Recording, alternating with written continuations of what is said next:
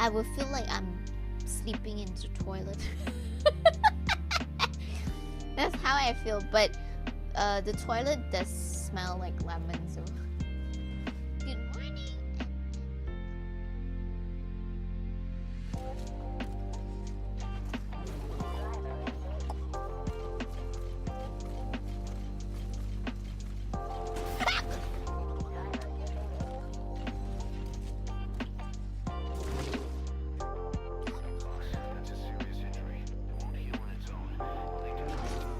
I died. Hi, Jonas. Snake, talk to me. Snake, snake.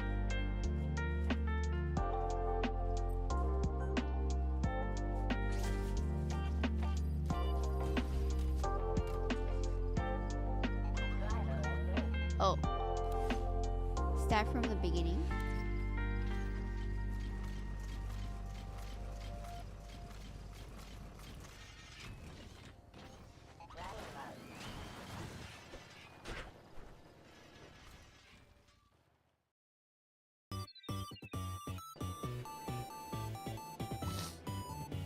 Dabba dabba doo.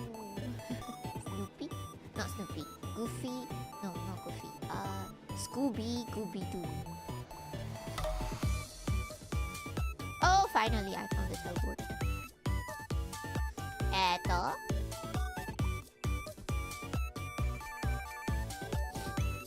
Greetings.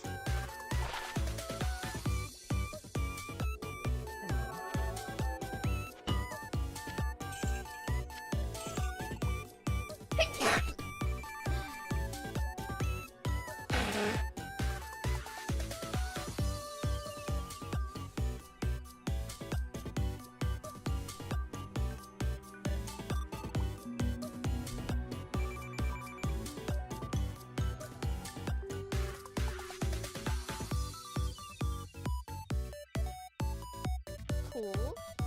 Icon? What is that? Why, in what circumstances will have this cool icon? I cannot do mukbang because I don't eat meat. By the way, hello Everett, hello! A mod. A VIP. Moderator. So you can set it up. Welcome back, good point. Hello.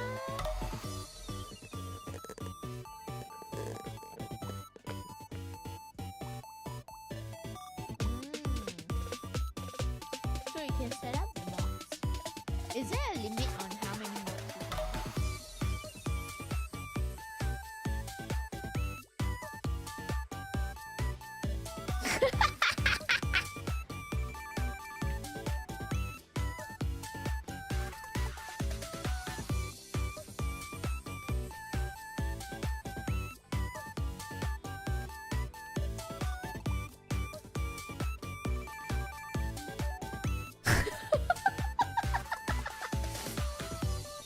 This is amazing. This is amazing. Okay, next. This is a Lumi beanie, okay? Then made of synthetic. It's made of synthetic wood. It's perfect for. Hello. Hello, everybody. Good evening. BGM. Hello, hello. I saw some of you watch the singing. Thank you, thank you, thank you. Thank you so much. Let me say hi to everybody. Hello, Alfarius. Hello, Etradel. Hello, SP. Hello, Wet Lucid. Hello, Aeroslime. Hello, Crop Lucid. More math to survive. Hello, Tommy. Hello, Niels. Hello, Regis. Hello, Delac. Hello, Erno. Hello, Demon Spawn. Hello, My Habits. Hello, Nimbi. Hello, Mongmi. Hello, Aozaki-kun. Hello, Benjamin. Hello, Slurp. Hello, Mimokin. And hello, Daria. Welcome, welcome. You wonder whether I remember. We'll see. So today we're gonna start probability terminologies and examples, which is class 2. The last stream we did just the introduction to probability and was a statistic, which is the counting and sets. That's what we did last time. So today we're gonna go for class 2. Alright, so it says here learning goals is know the definition of sample space, event, and probability function. Sample space, event, and probability function. Okay? Okay, and also second goal is to be able to organize a scenario with randomness into an experiment and sample space. If my processor got fried, am I going to get a free wrist placements from your I don't know, I wonder. Be able to make basic computation using a probability function. Okay. I don't know what it means, but let's move on. So, probability cast list. Experiment is a repeatable procedure with well-defined... Okay, that's very easy to understand. Second, sample space is the set of all possible outcomes. We usually denote the sample space by how to read this symbol? Omega, sometimes by S. Lagging.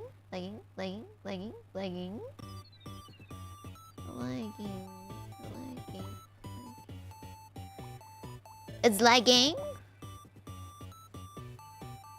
Omega is read as omega. Streaming is going hey.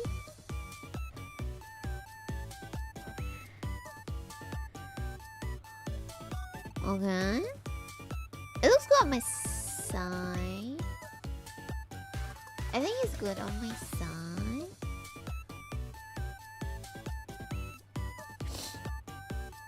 Hey Artie, I'm not going back to school. But I'm learning. Do you know you actually learn more than at, like, not at school? At least that's the case for me. Okay, so sample space is the set of all possible outcomes.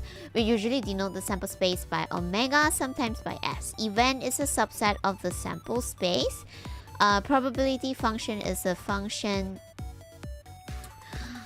giving the probability for each outcome. Probability function. Okay.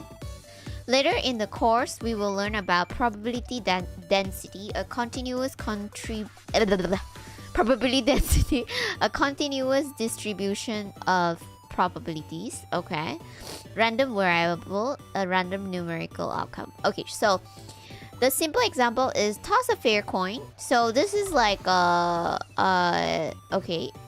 fair means that each side have 50% of the possibility to appear. So toss the coin. The experiment is toss the coin, report if it's land heads or tails, and the sample space is omega equals to ht, and the probability function equals to probability of h equals to 0.5 and probability of t equals to 0.5. This is very easy to understand, right? And then it says here that the second example is toss a fair coin 3 times. All right. Okay, the experiment is toss the coin 3 times and list the result. And the sample space will be omega equals to this one, which is we already learned in class 1 for this one, where this is where the order matters. Okay, so the probability functions here is each outcome is equally likely with probability of 1/8, where well, we know that because there's like 8 sample space, then each sample space has 1 out of 8 probability to be the outcome. Yeah, Benjamin. Hello, Katie Virus. Welcome. So, next.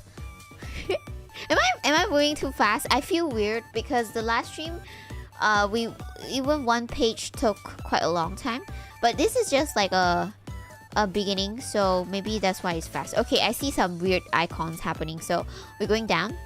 Hello, Figaro. Welcome. Let's learn probability together. Let's go. Example 3. So measure. First page was very like, yeah. Wait, do you feel nostalgic? I don't remember learning all these things. Measure the mass of a proton. Experiment is follow some defined procedure to measure the mass and report the result.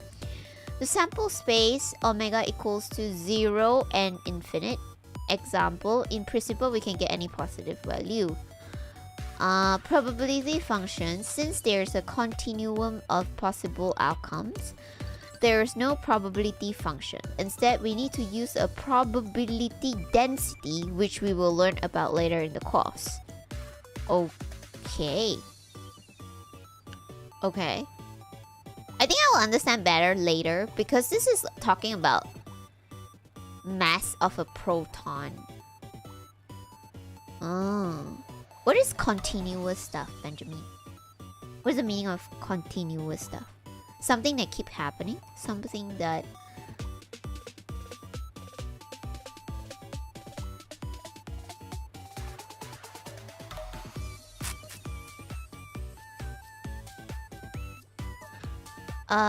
Example 4. Texas, an infinite discrete sample space. Experiment. Count the number of texts that pass 77 mass, 8th during an 18.05 class. That you can't enumerate all the possible. Oh, okay. Okay. Probability density is for continue. Oh, okay. Okay, gotcha. So, Texas is a... Count the number of texts that pass 77 mass, 8th during an 18.05 class. What does that even mean? This is often modeled with the following probability function known as the Poisson distribution. Do not worry about mastering the Poisson distribution just yet. What is Texas? Like, does this mean anything? Is it taxis or Texas? It's an infinite discrete sample space. Woof muff. Hello, Yellow-san. Hello, Zero. Nice to meet you. Oh, plural for taxis. Oh, taxis. Okay. Oh, okay. So we need to count the number of taxis that pass this street. What is Av during... What is this? Oh, Mass Avenue. Okay. This is one group. Okay. Oh, okay. So how many taxis pass by this avenue during 6:05 class? Okay. Massachusetts. Oh, okay. I thought this is a group and then this is another word. Alright. So this one we wouldn't know because unless we stare at it for a long time. So, but here it says you can use the Poisson distribution. Okay. So Poisson distribution. What does that mean? Let me zoom in a little bit more so it's easy for all of you to see. Okay. Does this bother? Okay. Here is the the number of the class. Like you go to a school and there's a number for the classroom. Okay, so I don't know what does this means. Okay, it says where this symbol is the average numbers of taxis, we can put this in a table. Oh. Poisson is the name of a French mathematician who studied. Sometimes I feel so cool that if you invent the solution or the thing, you can under your name. Imagine I have a Onolumi distribution.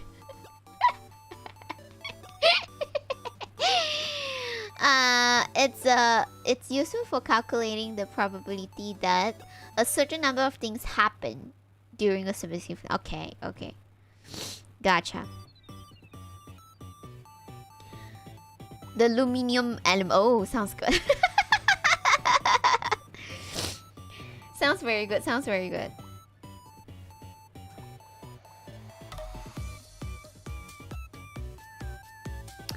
Okay, so wait, okay, so I think soon enough we will understand the equation, right? So let's take a look at this first. One second. Oh, by the way, how do I pronounce this word? Is it Poisson? Poisson distribution?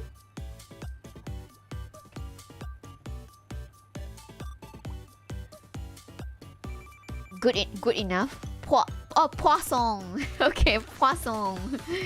Is it Poisson?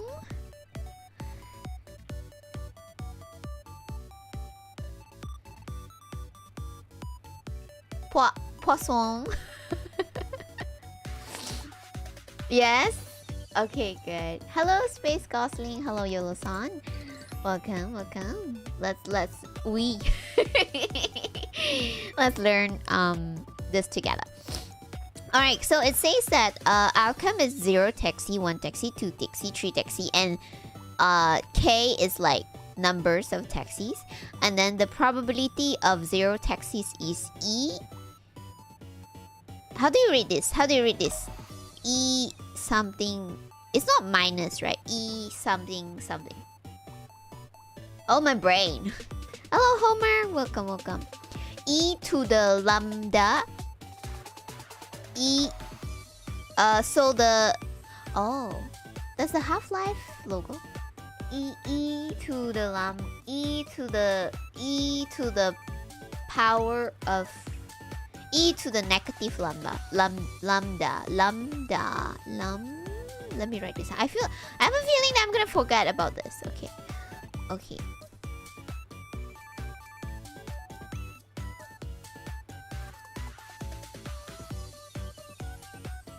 One sec.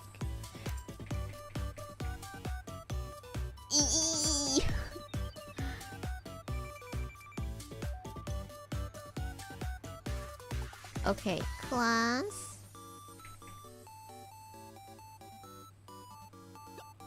Two.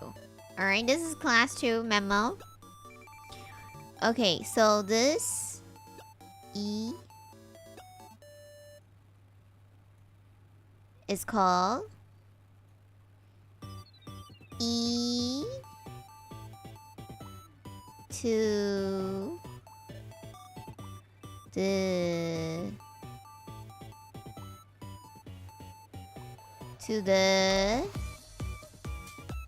negative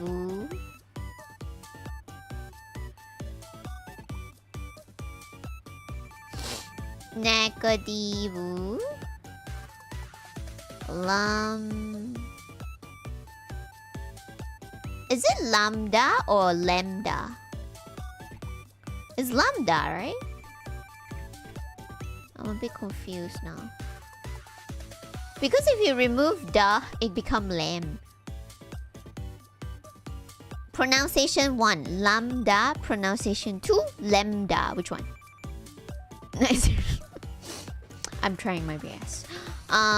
Okay. 1, okay, lambda. Alright. Okay. Okay, class 2. Alright, so okay, so when it's 1, it becomes e to the negative lambda lambda? E, and then when it's 2, it becomes e to the negative lambda square power of 2 divided by 2. And then 3. Oh.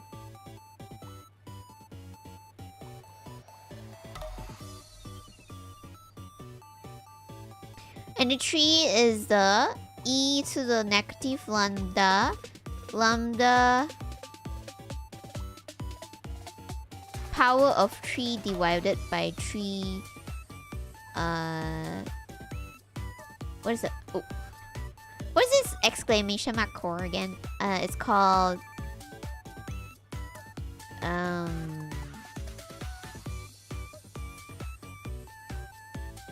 this thing.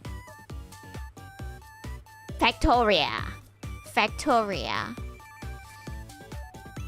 E to the negative lambda multiply. Oh. This is multiply? By lambda. Oh, okay. So this is actually. Oh, so it's actually like this. It's actually like this. Okay. Oh, okay.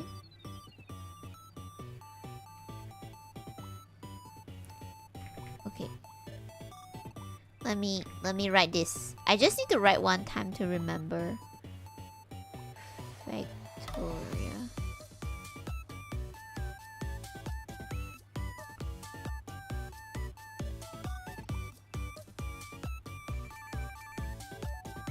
Okay, so okay, question. Accepting that this is a valid probability function, what is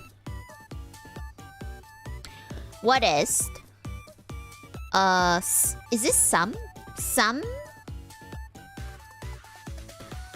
The iris stuff below and is a sigma is a sum from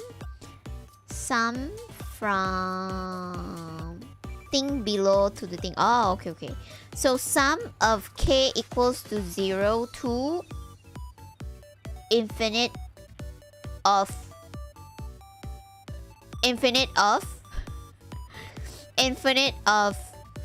e to the negative lambda times lambda something of lambda divided by factorial of k. Okay. So this is the total lambda to the power. Okay. Lambda to the power of k. Lambda to the power of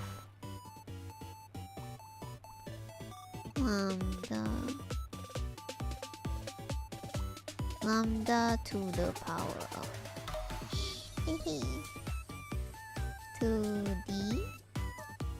to the power of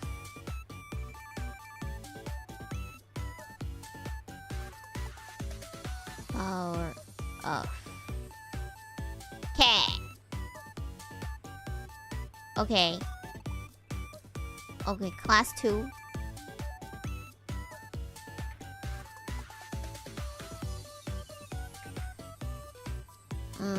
Blue. No, white. I shouldn't put notes because it might look like something important. Okay, next. In a given setup, there can be more than one reasonable choice of sample space. Here is a simple example. Oh, but there's no solution yet. Okay, never mind. Okay, continue. 2 dice.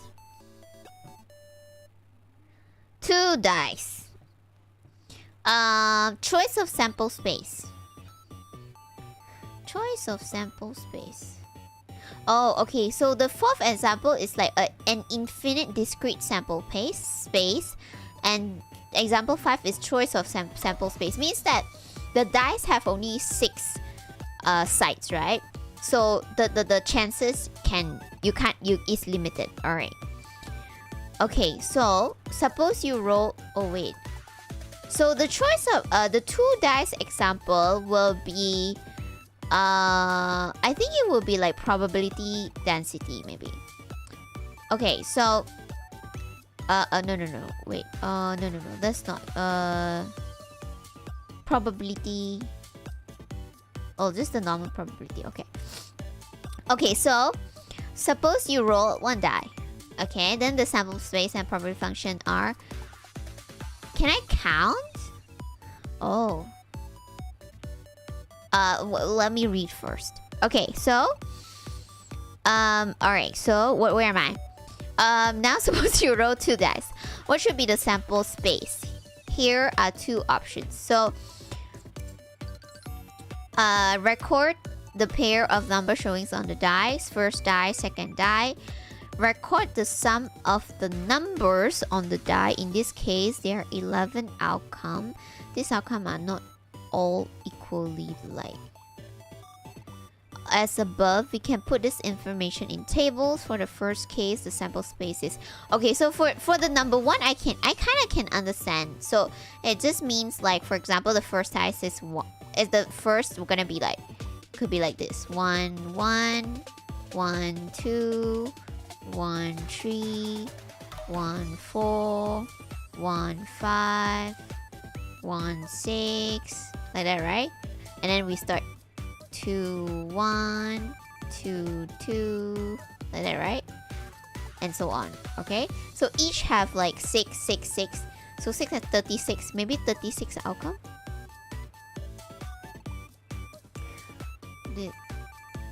I don't know, we'll see. Okay, and then the second one is record the sum of the number on the dice.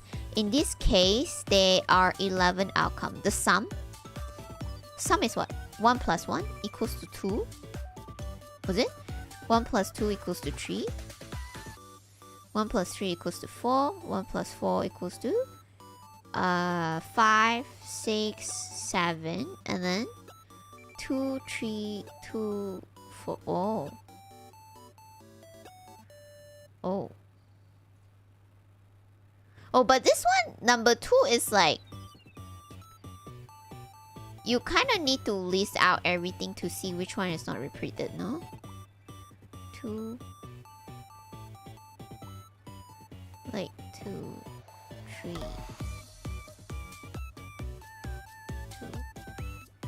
4. 2, 5. 2, 6. Okay, let me see. 3, 4, 5, 6, 7, 8. Oh, 1, 2, 2, 3, 2, 3, 4, 5, 7, 8. Oh, wait. So 2, 3. Here should be 6 row, right? A, B, C, C. Oh, they did it for me once again. A, B, C, D, E, F.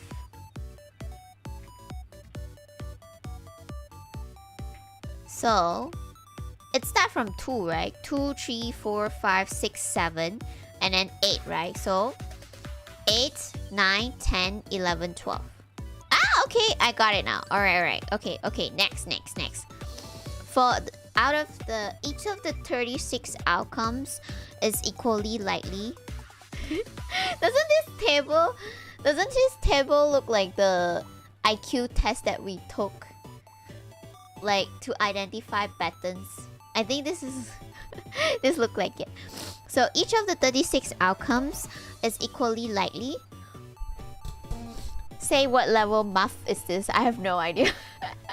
Hello Dag, hello Homer, hello Space Gosling, welcome. First year. For the probability function, we will make a 2-dimensional table with the row corresponding to the number on the first die, the column the number on the second die, and the entries the probability. Okay. Yeah, we know this. In the second case, we can present outcome and probabilities in our usual table. Oh, okay. Think, what is the relationship between the two probability tables above?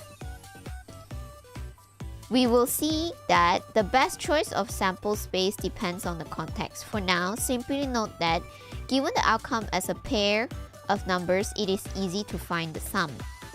Listing the experiment, sample space, and probability function is a good way to start working systematically with probability. It can help you avoid some of the common pitfalls in the subject. Okay. I think I get quite a good, I don't know how to say, like a hit on the head on the sample space. Oops, one second.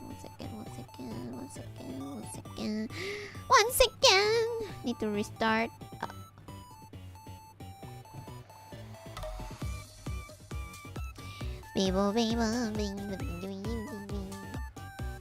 And my back.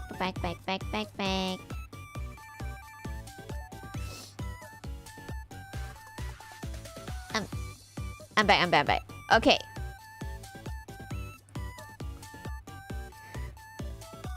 Okay, so next, we will see that the best choice of sample space depends on the context. For now, simply note that given the outcome as a pair of numbers, it is easy to find the sum. Okay. Listing the experiments, sample space, and probability function is a good way to start work. Oh, wait, I already read that. Okay, events. An event is a collection of outcomes. All right. An event is a subset of the sample space. Oh my god. Okay, I understand this. This sounds odd, but it actually corresponds to the common meaning of the word. Okay, using the setup in example, we would describe the event that you get exactly 2 heads in words by E. Exactly 2 heads, written as the subset this outcome. E equals to H, T, head, tail, head, T, tail, head. This is picked up from this part, right? So exactly 2 head, tail, tail, head. Okay. The outcome of rolling 2 dice is good success, easy to grab, simple enough to get an overview and context enough to review. Yeah. Imagine you use a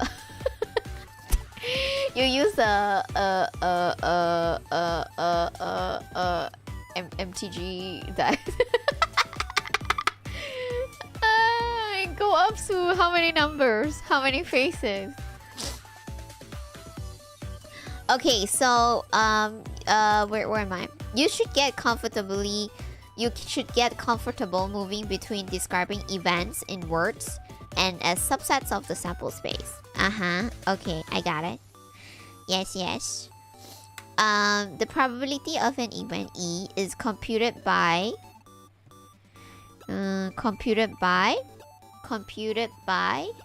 adding up the probabilities of all of the outcome in E.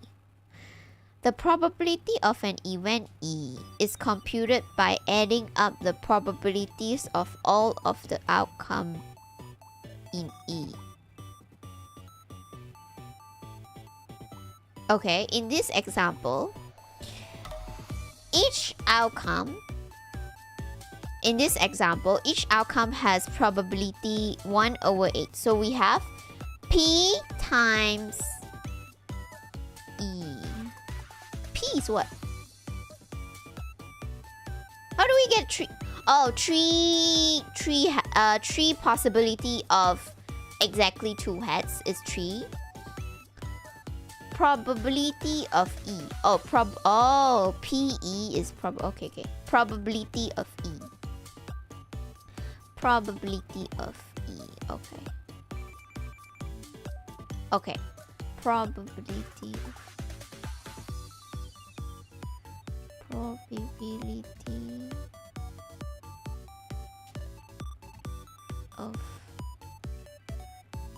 is a function.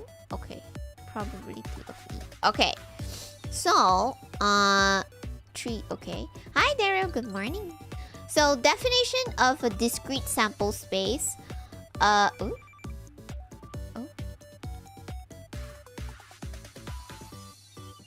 Okay. We are on, just now we were at simple examples. Okay. Next, definition of a discrete sample space. A discrete sample space is one that is listable. Okay. It can be either finite or infinite. Alright. Example, head and tail 1, 2, 3, 1, 2, 3, 4, 2, 3, 5, 6, 7. Okay. Are all discrete sample. The interval could be x is bigger or less than 0, or x is smaller and bigger than 1. Is not discrete. Rather, it is continuous. We will deal with continuous sample space in a few ways, okay? Okay, here I just need to know that a discrete sample space is something that can listable. Doesn't matter it's finite or infinite. Okay, something that can be listed out, alright? So for the example just now, the taxi is something that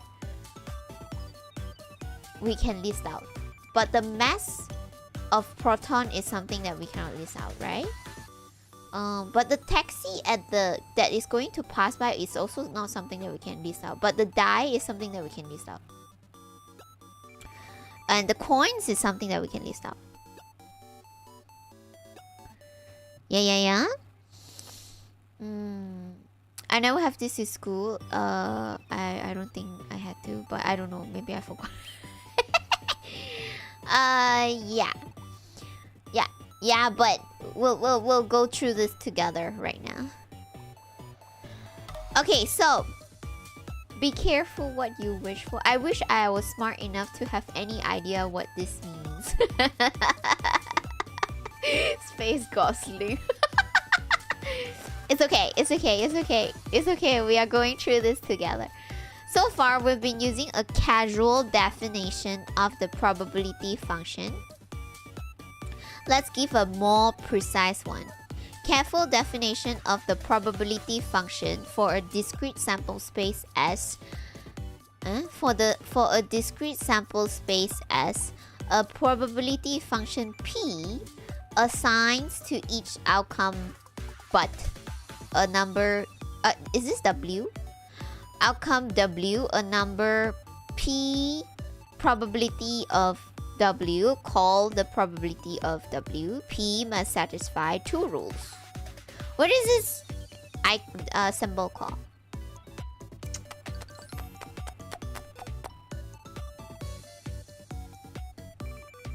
What?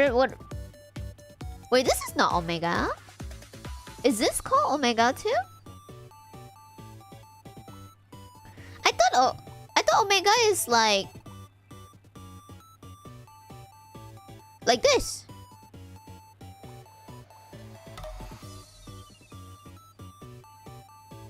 This is a small omega. Oh. Lower. Oh, I did not know. Okay. A lowercase omega. Okay. Okay, so for a discrete sample space S, a probability function P assigns to each outcome omega, lowercase omega, a number P. Okay. P must satisfy two rules. Okay, so rule 1 is this. Probabilities are between 0 and 1. Rule 2. The sum of the probabilities of all possible outcome is 1. The sum of the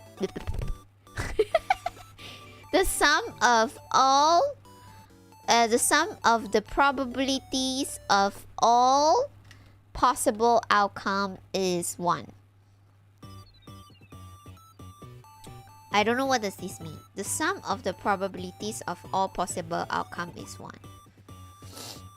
In symbols, rule 2 says if S sample space equals to sample space S equals to omega 1, omega 2, omega n, then it is equals to probability of omega 1, omega 2, okay, equals to 1. Alright, what happened to the... 1 second.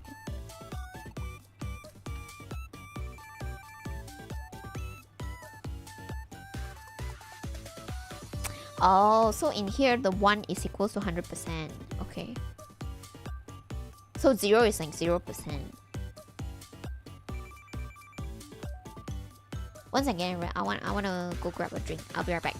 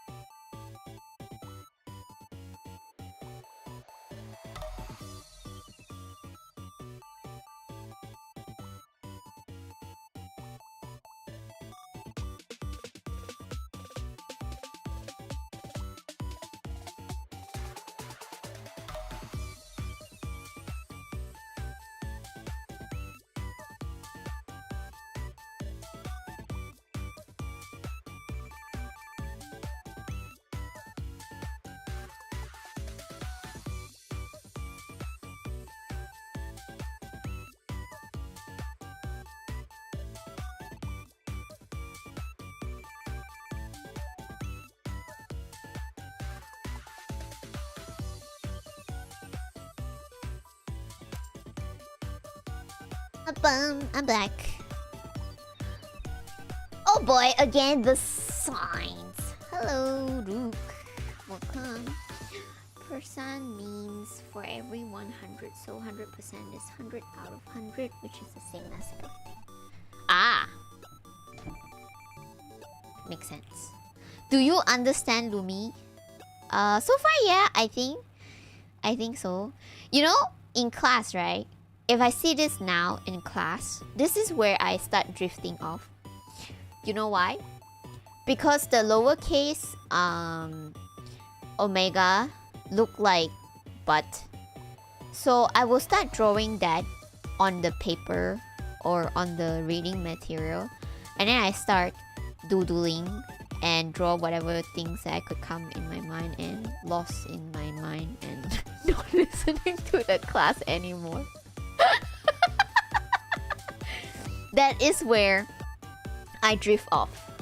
Then maybe halfway writing, I will fall asleep.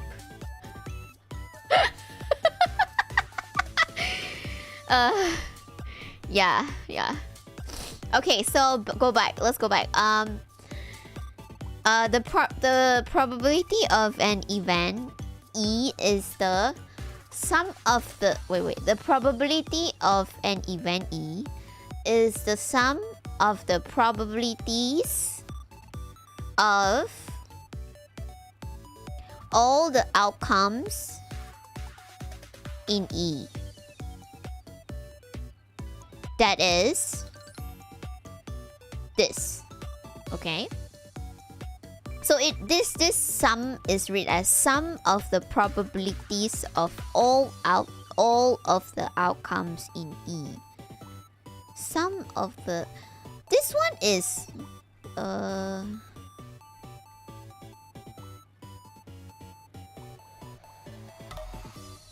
One second. Need to go back up a little bit.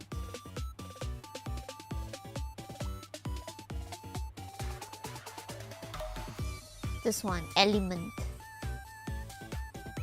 Okay. Oh. Okay, so omega is inside E. Okay, I understand that now. Okay. You're doodling right now. Come back to me. Come back.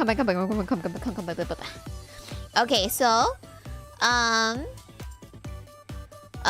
P where am I? Sum of the probabilities of all the outcome in E. Okay.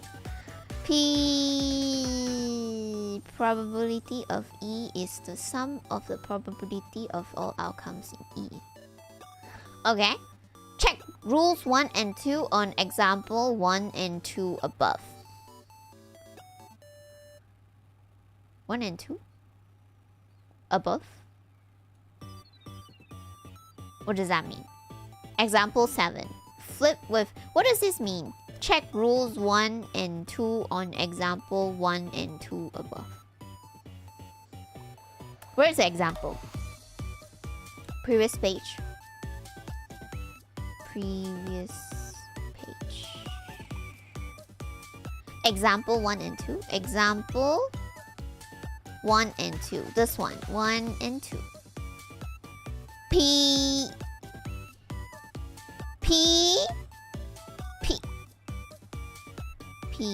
probability of E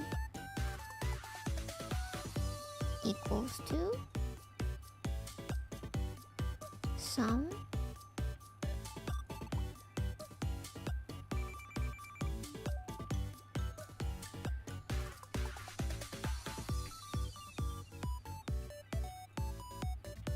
Can I copy? Yeah, you can if you don't mind that most of the answer is wrong.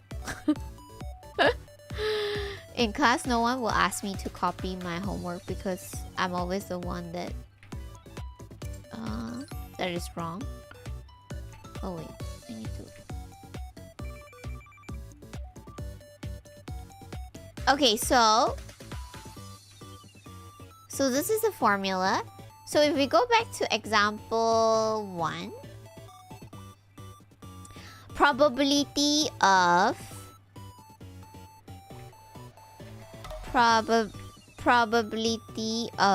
head equals to sum of omega inside head. Am I supposed to calculate? How do I get 0.5? How do I get 3? How do you get 3? How do you get 3? Where's the 3? Where do you... What? Maybe I should continue read to understand. I mean, I only replace the head, the E to head. Flip until heads. Okay, suppose a classic example. Okay, suppose we have a coin with probability P of heads, and we have the following scenario. Experiment: toss the coin until the first head. Report the number of tosses. Okay, sample space is omega 1, 2, 3, and the probability function is probability of n equals to 1 minus p bracket to the power of n minus 1. Is this times p? Show the sum of all the probabilities equals. Yeah? Show the sum of all possibility equals. Hint, geometric series. What does that even mean?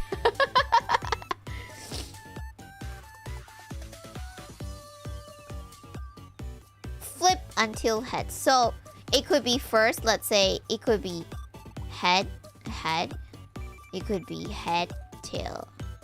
It could be tail, head. It could be tail, tail. Right? So, sum of all the probabilities equals 1. What does that even mean? Sum of... No, this is wrong.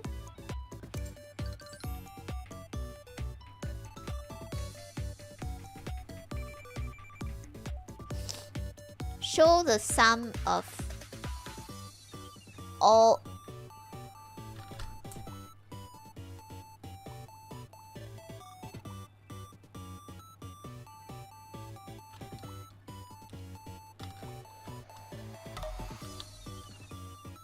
It's probability of, it's so probability of getting it once time probability of not getting it. Flip until heads means the spaces, the sample spaces T. Oh.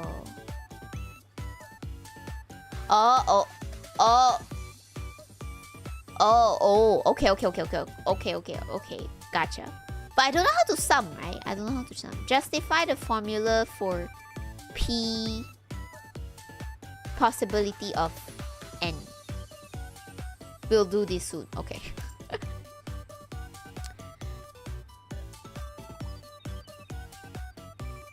Wrong way around. I flip H and T, so H. Tail. H. Head. Tail, head. Okay.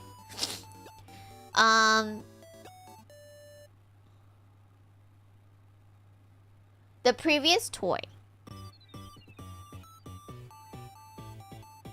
The previous toy example is an uncluttered version of a general class of problem called stopping rule problem.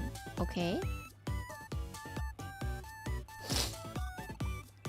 A stopping rules is a rules that tell you when to end a certain process. In the toy example above, the process was flipping a coin and we stopped after the first head. Okay. Then it can be like tail and then tail and then tail and then tail. We stop until we get a head. A more practical example is a rule for ending a series of medical treatments. Such a rule could depend on how well the treatments are working, how the patient is tolerating them, and the probability that the treatments would continue to be effective. One could ask about the probability of stopping within a certain number of treatments or the average number of treatments you should expect before stopping. Oh, should I use this to calculate the probability of should I continue go to massage? Okay, some rules of probability for events A, L, and R contain. Hello, 600. Welcome. Good morning, Orfeo, Ohio. We are starting class before you go to class, Orfeo. Do you have class today? I hope you don't have class today. Or else your RAM might go off away before your class started. The probability of Onolumi taking end stream to finish. Okay, so some rules of pop probability is that for events A, L, and R contained in the sample space omega, rule 1, P probability of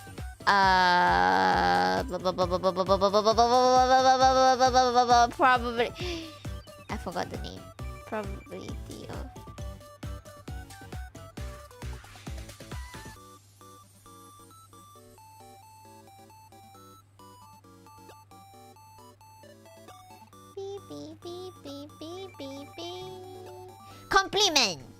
complement. Oh, where am I? Okay, probability of A complement equals to 1 minus probability of A. Okay, I get it. Toei, hello. Math puzzle. Okay, so rule 2. If L and R are disjoint. Disjoint? Okay, disjoint. Then P. What does disjoint means? P probability of L union R equals to probability of L plus probability of R. Oh, okay, I know what is disjoint. Disjoint is this. Beep. Correct?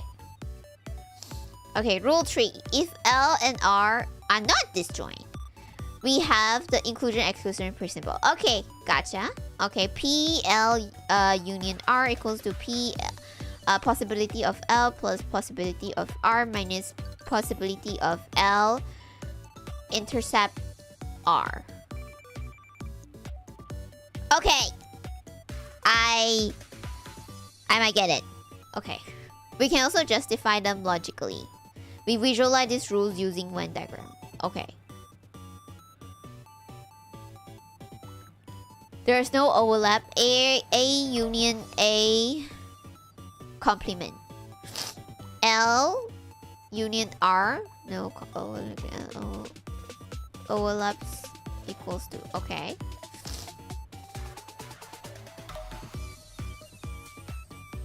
Okay. We can also just start. Okay, rule 1. A and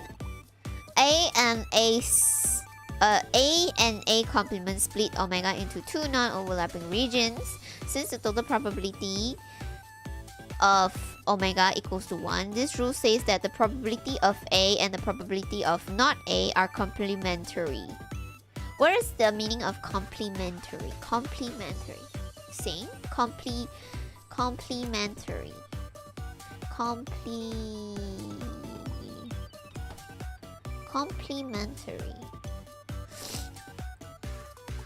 Complementary.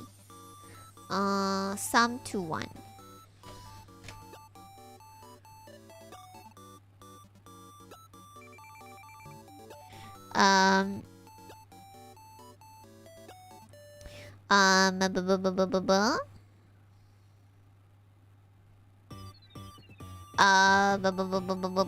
Where am I?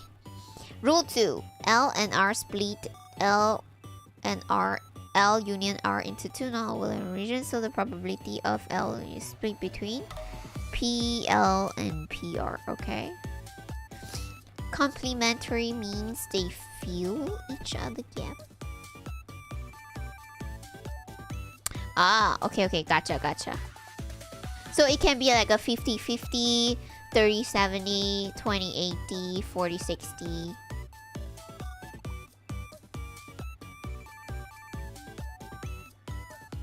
Yes? Okay.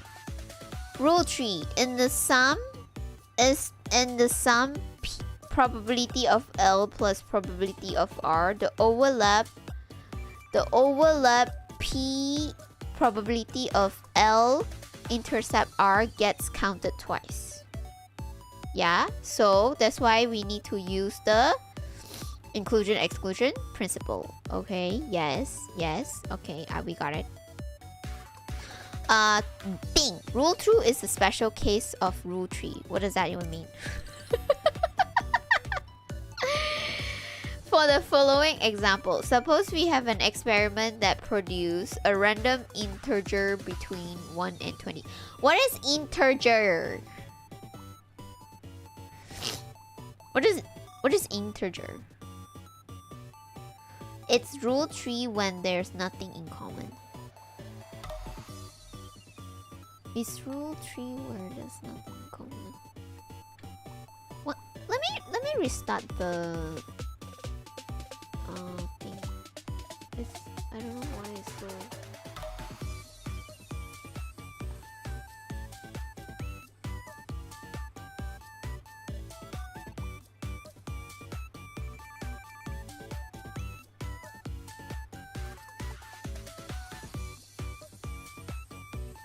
1 second. Let me prepare.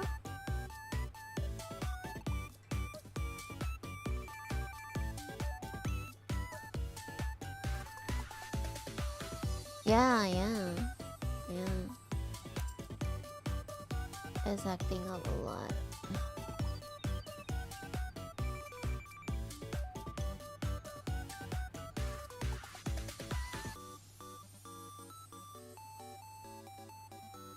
Maybe they don't want me to like study. Okay. Alright. I'm back. I'm back, go. Okay. So, it says for the following example, integer 1, 2, 3, 4, 5. Oh, okay. Does this mean numbers? Numbers? Like, how do I say, like, full numbers, like, not 1.1, 1.01, or 2.3, it's just full numbers. 1. For the full, yes, correct, okay. For the following example, suppose we have an experiment that produces a random integer between 1 to 20. Okay, the probabilities are not necessarily uniform, not necessarily the same for each outcome. Okay, so example 8. If the probability of an even number is 0.6, what is the probability of being an odd number? So it will be 1 minus 0.6 equals to 0.4. Okay, so let's redo this example a bit more formally so you see how it's done. Okay, first, we can refer to it. Let's name the random integer x.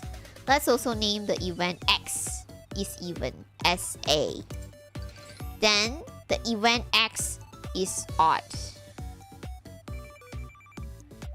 Is a complement, okay? We are given that probability of a equals to 0.6, therefore probability of a complement equals to 1 minus 0.6. Okay. Consider the two events. A, x is a multiple of 2. B, x is odd and less than 10. Suppose P, possibility of A equals 0.6 and possibility of B equals to 0.25. What is A intersect B? And what is the probability of A union B? Okay, so the solution, since all numbers in A are even and all numbers B are odd. Okay. So this is disjoint. Was it? Disjoint, yes. Since A and B are disjoint, so A possibility of A union B equals to possibility of A plus possibility of B equals to 0.85.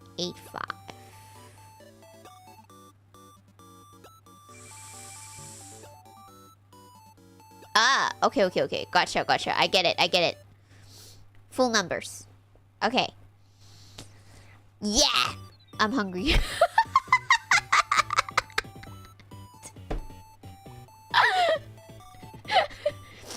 Example 10. Let A, B, and C be the events. Dango. Thank you for the dango. Let A, B, and C be the events x is a multiple of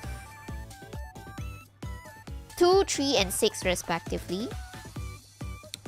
If probability of A equals to 0.6, probability of B equals 0.3, probability of C equals 0.2, what is A or B? A or B? A or B. So not two things. First, we use the word or, which means union. Okay? 0.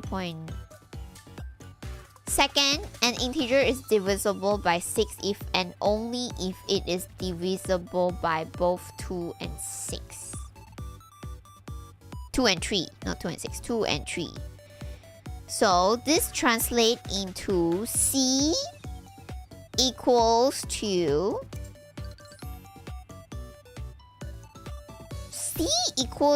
A intercept B. B probably 0.6, 0.9 minus A intersect B is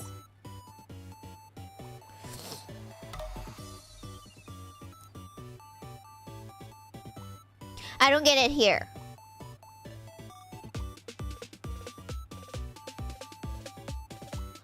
Huh? But it says here P probability of C is 0.2, right? It didn't say probability A intercept B is 0.2 though. Where does it come from? How does it translate C equals to A intercept B? C.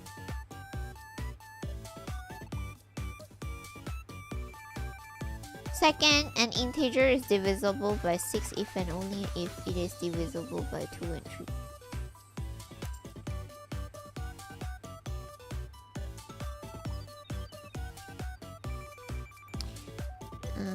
Is x given? Let A, B, C be the events. I don't get this part. This is getting rid of stuff that's divided by 6.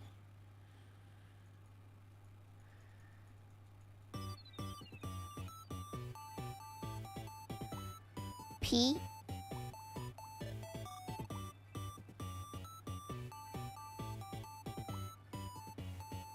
Hello, Noel. Things that is divided by 6 is both A and B. Oh.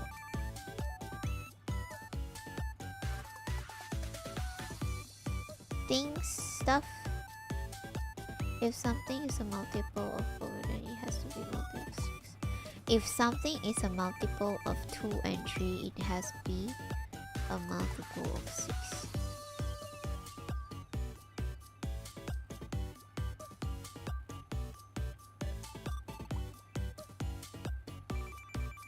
What? Since stuff that divides. If something is a multiple of both 2 and 3, then it has to be multiple of 6. P. For example, 6. What set is 12? C. Hello, Alejandro. Hello, Buffet. C equals to A intersect B. Yeah, I know, but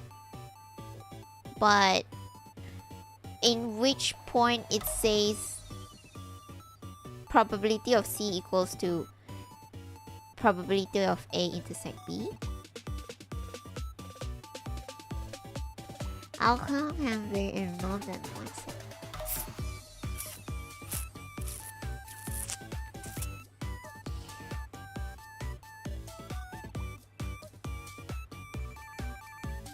Probability of C equals to...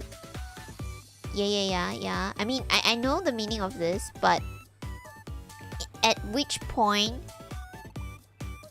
this translate to... Oh, so this is like a hint they give you, so they don't explain like does this relate to this? An integer is divisible by 6 if and only if it is divisible by 2 and 3.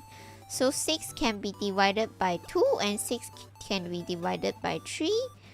So is 12 in A, B, or C? 12?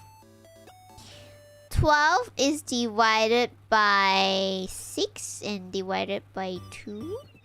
So is...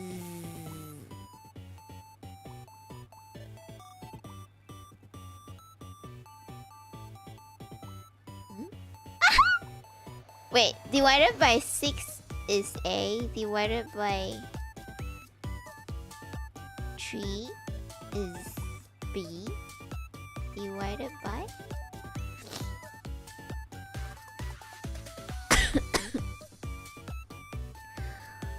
Is 12 in A, B, or C? 12.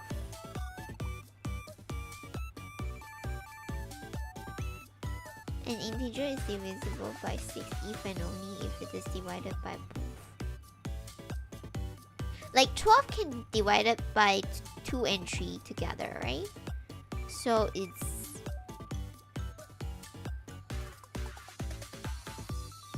C?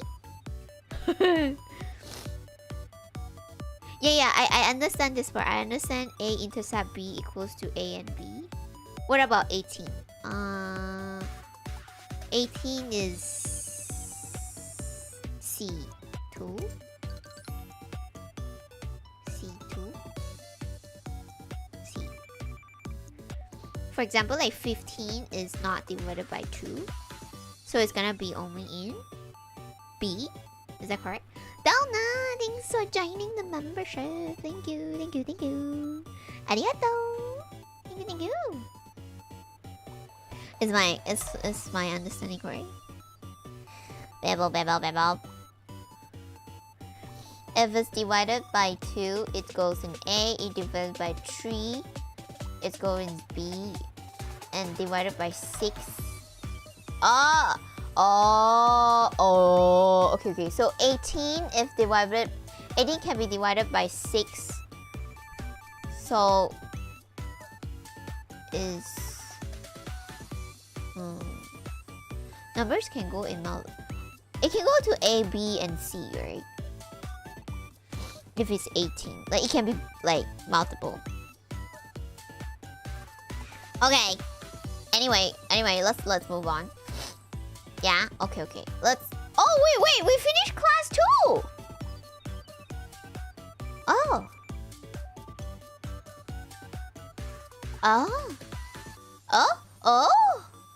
This is. Oh. Really? Did I miss anything? So, did I know the definition of sample space? Did I know the definition of event? Did I know the definition of probability function? Am I able to organize the scenario with randomness into an experiment and a sample space? Am I able to make basic computation using a probability function? Am I? Okay, I know a sample space is like, if you have 2 dice, the sample space will be, if you have 1 die, the sample space will be 1, 2, 3, 4, 5, 6, alright? So event is like the condition. So let's say, what would be the event that 2 will appear? Probability function is probability of 2. What is the probability of 2? Which is equals to 2 as in, what is the probability of 2? 2 will come out in the die. So it's equals to this 1 out of 6. That's the probability function. So, but in probability, there are examples where you can count. You can count and measure, but there are some that cannot be counted, which is called the probability density. Okay.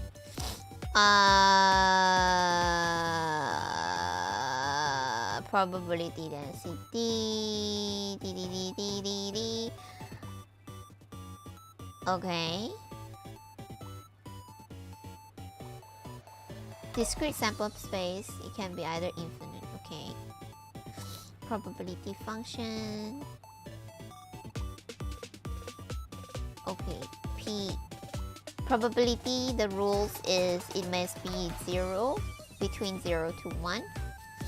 Okay, the sum will be 1. Rule of probability. Rule 1, A compute A. What is C again? A counter A. A complement. A complement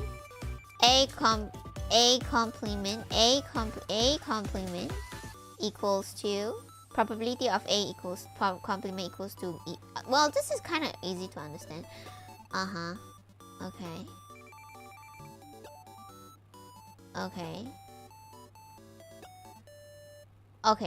I think I get it. I think I get it. So let me order something on Uber Eats. After I order, will continue. Yeah, I think I get it, but I feel like I'm just learning the surface of things, and I don't know how things are being implemented. So I need to see. I don't see the what do I call? What are we implementing yet? What should I eat? I don't feel like eating. I feel like eating like savory stuff. Kebab. Any small stuff.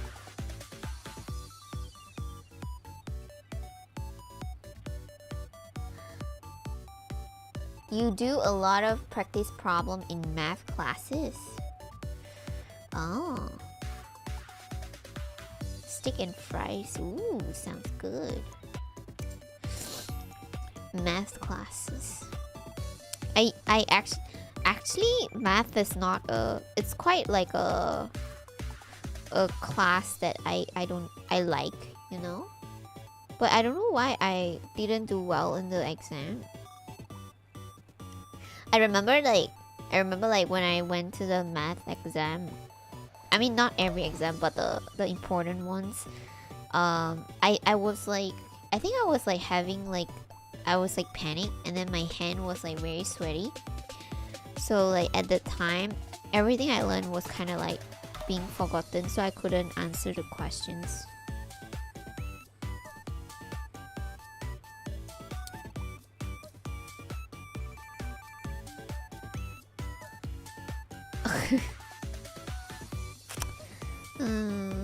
What do you suggest we should order?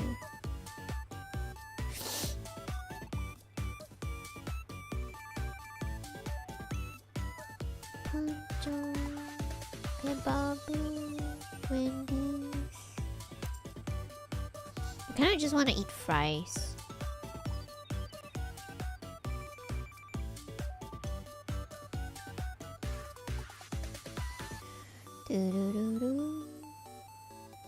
I pass out from nervousness during a geometry. Oh no. Oh Zaki-kun. Oh no. How was... What is it? Wait, what is it, by the way? What is geometry? What is geometry exam? Like, I do agree, like, sometimes if you get nervous, it's really bad. Oh, study of shapes. Ah. Oh, is that the one that like they put things in 3Ds and then they ask you, okay, how many triangles are there in this shape, or how many square are there in this shape? Is it something like that, or or I'm thinking something that is like too easy. That's the only thing that left in my brain now. After all the teachings. Not quite. See, like I said, like what I'm capable to imagine is like really limited. Okay, I feel like eating chicken, so I will search chicken. Okay. Maybe it's like calculating area and pi. Oh, pi sounds similar, but I totally forgot about it. What is pi again? Pi is this, right? It's this thing, right? This is pi, right? Is this pi? Or did I remember wrong again? Is that pi? Yeah, okay. No, pi is food. No, not food.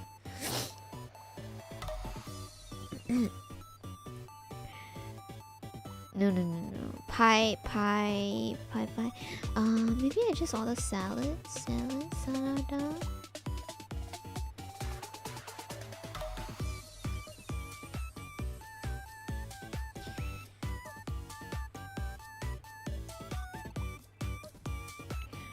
So funny. Umi. Geometry is like if you have a triangle, how do you find the center such that you can draw a circle that touches all three edges of the triangle but doesn't go? What?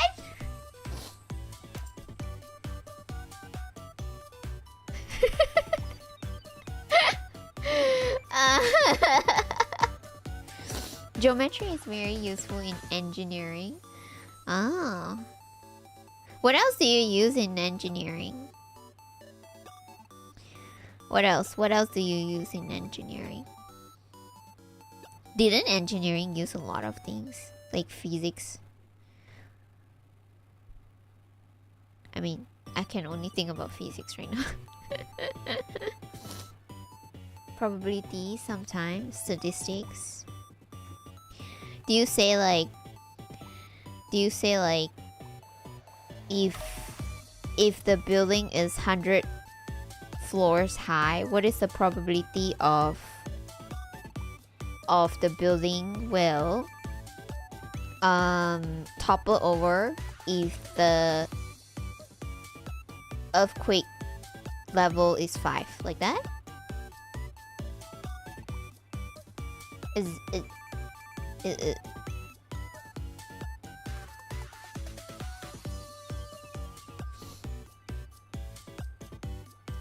yeah, true. Yeah, not everything is. Yeah, not everything is exact. You're right. It's not exact that Lumi will choose a character, a female character, in the game Fallout. So, what is the probability of Lumi will choose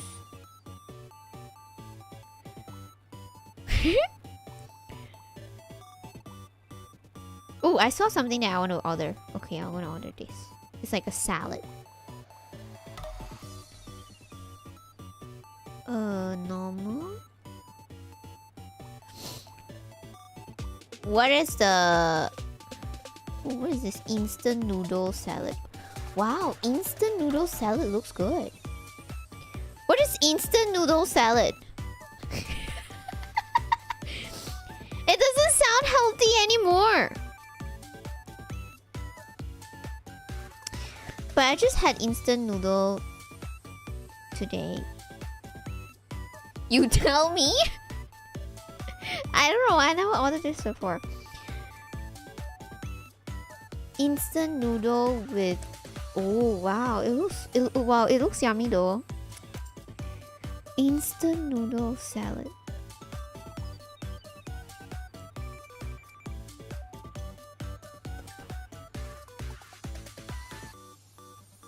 Okay. Wow! This looks good. With fish, wheat noodles. Wow! This is new. I never seen this before. Seafood salad. Okay. Banana. Ooh, banana.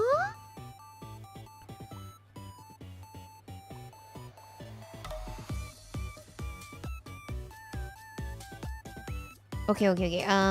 Spicy seafood salad. Okay, spicy. I think I want this one. I'm gonna go for this. Normal, spicy, medium size. Okay. Salad. What? Okay. How long do you think it will take to arrive?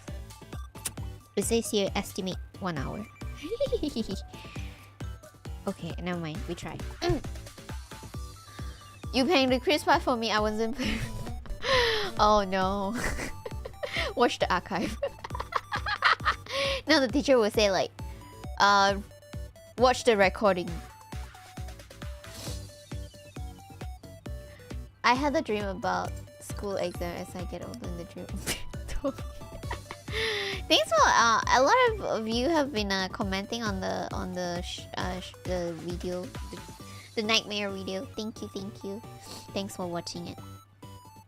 Okay, so now, wait, before we start, is Pika still streaming?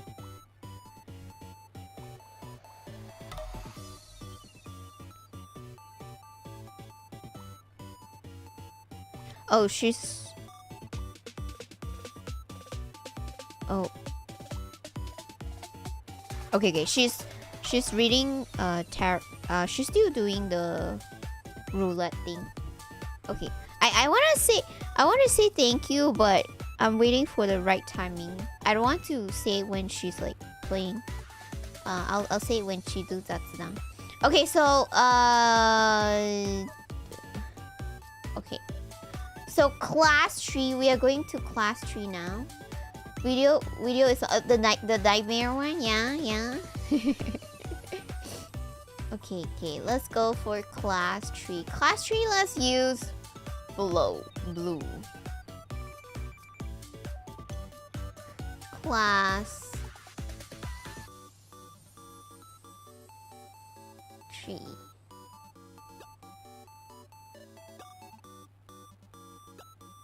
Class 3.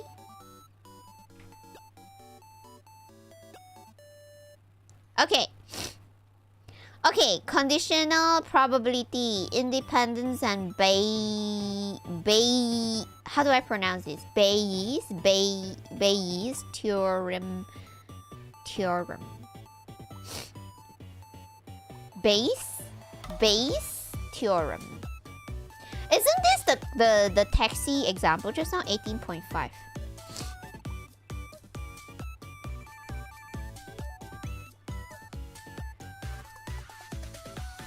Oh, wait. She's doing Zatsudan now? Join? Oh, no. She's playing game. Never mind. Never mind. We'll do it later. We do it when? Okay, we do it when our food arrive, okay? We do it when our food arrive. Alright, so learning goals for class 3.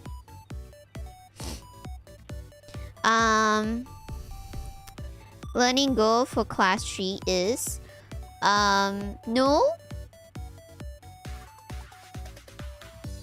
Yeah, that's the question.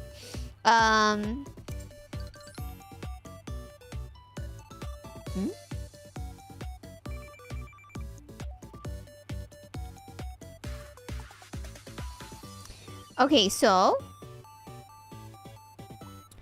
the message is know the definition. The goal is to know the definition of conditional probability and independence of event. Okay, this is conditional probability. Just now is what probability? Just now is just probability function, okay? Be able to compute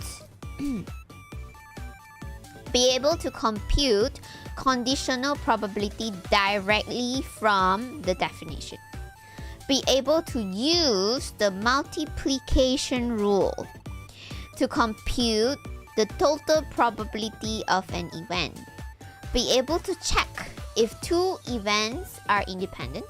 Be able to use Bayes' formula to invert conditional probabilities. Be able to organize the computation of conditional probability using trees and table. When I say trees and table, what does that mean? Trees as in like trees, the tree.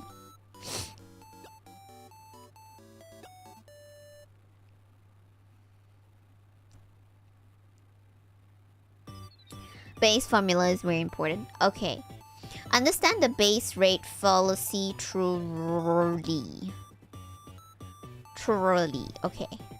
Conditional probability answers the question: how does the probability of an event change if we have extra information. Oh, okay. We'll illustrate with an example. Toss a fair coin 3 times. What is the probability of 3 heads? It will be 1 out of 8. Okay. Suppose we are told that the first toss was head. Given this information, how should we compute the probability of 3 heads? Okay. We have a new reduced sample, omega equals to... Wait, what is this? What is this? I don't know, apostrophe? What is this icon on the omega? Is this like a condition omega?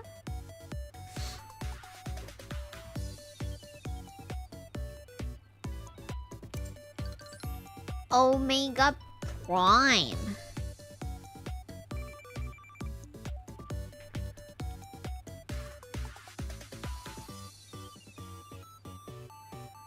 Omega.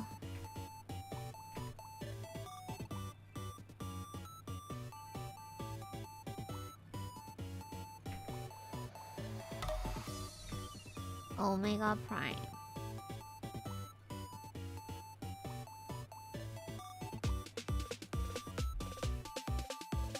Okay, so omega prime.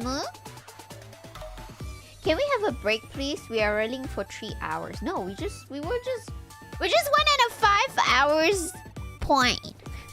And we had a break just now. We had a 5 minutes ordered Uber Eat breaks. No, then I did not. All outcomes we are equally probable, so P possibility of 3 heads given that the first toss is head equals to 1 out of 4.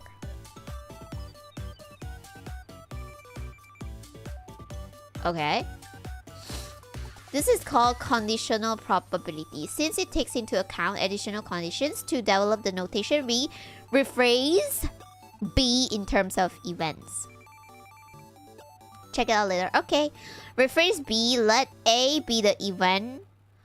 All 3 toss are heads. Let B be the event. The first toss is head. The conditional probability of A knowing that B occurs is written A. Okay, B. This is written as the conditional probability of A given B. Okay. P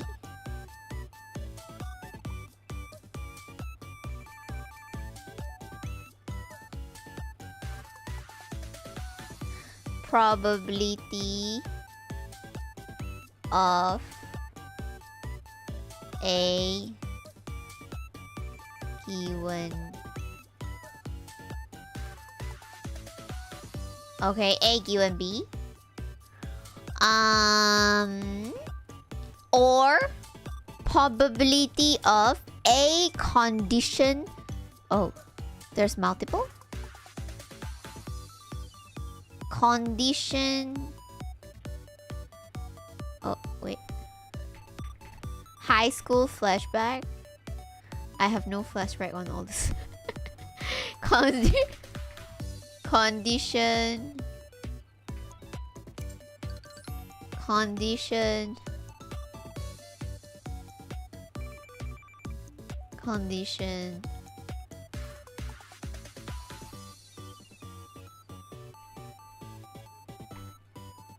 On B.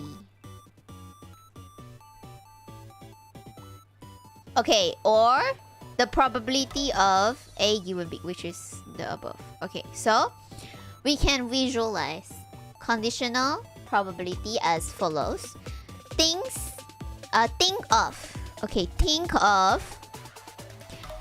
of probability of A as the proportion of the area of the whole sample space taken by A. For probability of A given B, we restrict our attention to B. That is, probability of A given B is the proportion of area of B taken up by A, which is probability of A intersect B divided by probability of B.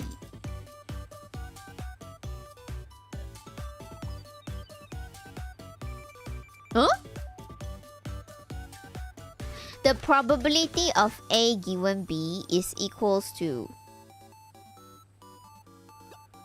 Okay, good. Let me see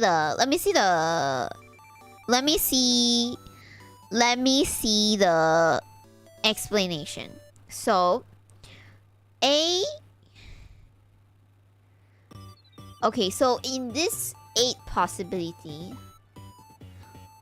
the A and B is the 3 heads, right? All 3 toss at are heads. So this one. And B is first toss is head. So first toss is head. Okay. So when they say A divided by B, which is nothing, right?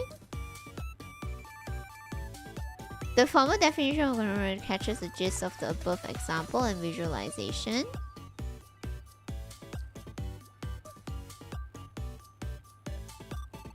May I know what is the practical use of this math? Oh, bots say that this sometimes used in architecture and geometry, I think. What is Crystal calculating insurance? What is Crystal Okay, formal definition of conditional probability. Let A and B be events. Okay. A and B be events.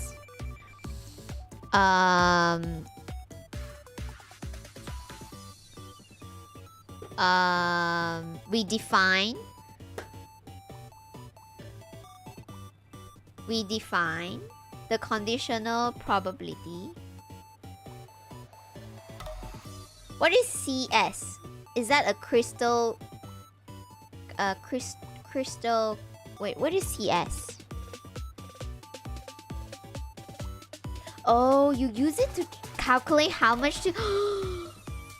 Wait, if I learn that, does that mean I learn how to calculate whether it's worth it to pay this insurance for my doggy?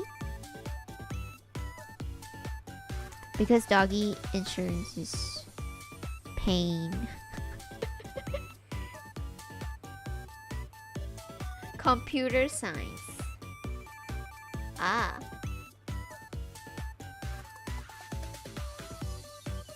It can be useful in how lotteries are games are designed. Ah, okay. Oh yeah, you guys told me that once you read the probability shown on like the lotteries. Some people who know probability, you can calculate what is the probability of your winning chances. But in like the Ichiban Kuji in Japan, it doesn't show that. Gacha too. If they show you, right? If they show you the probability. But if they don't show you, then you wouldn't know.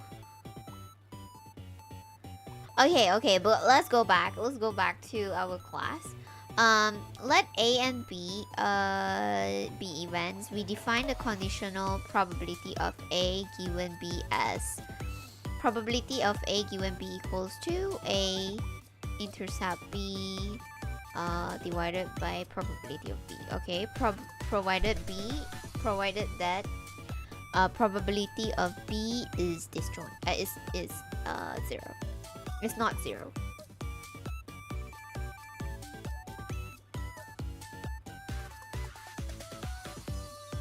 Oh. Yeah, usually the doggies that is like older, then like it's more expensive.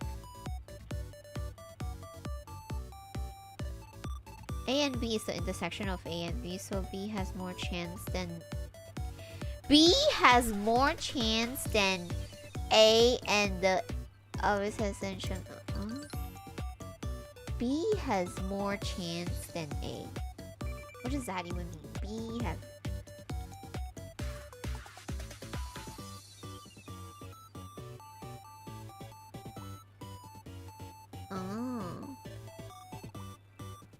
Okay. I'm starting to lost. Come back, everybody. You need to make me come back. Okay. Let's redo the coin tossing example. Using the definition. using the definition in equation 1. Okay. It's less complicated than it sounds. Okay, wait. Using the definition in equation 1, recall A equals to 3 heads and B equals to first toss is head. We have probability of A equals to 1/8 and probability of B equals to 1/2. Probability of B equals to 1/2 since A intersect B equals to A intersect B equals to A. We also have probability of A intersect B equals to 1/8. Now according to 1. So 1/8 divided by 1/2. 1/8 divided by 1/2 equals to 1/4. Which agree with our answer in example 1b. Example 1b. 1/4. Eh? Is this magic? Wait. What? Okay, so A is 3 heads, which is 1/8. Do you know why we did? No, I don't know why. And probability of B equals to... Wait, how do you get probability of B equals to 1/2? Which is 4... Oh, because it's 4/8. Okay, 4/8. Which is 1/2. Okay. Do you know why we divided by... No, I don't know. Because B has already... If we see this means that because B is inside this... No, wait, no. B is already happened. B...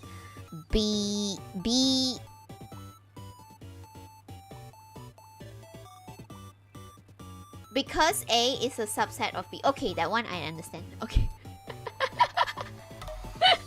That I understand. Yes, okay. Because A is a subset of B. Okay.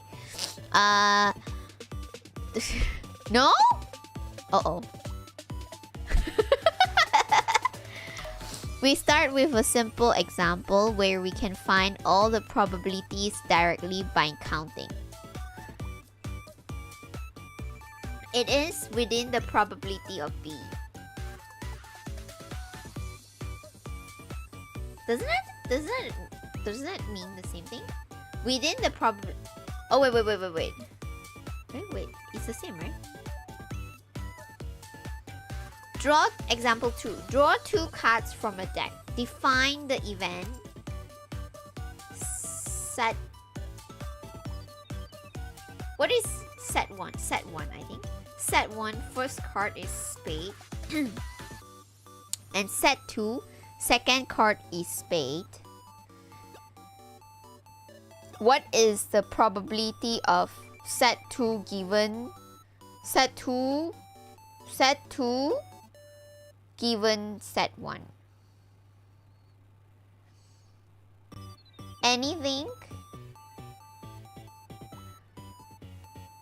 Anything that turns A and B also turns B, so it counts as B as well. I mean, if we see this is exactly what you guys are meaning, right? I think.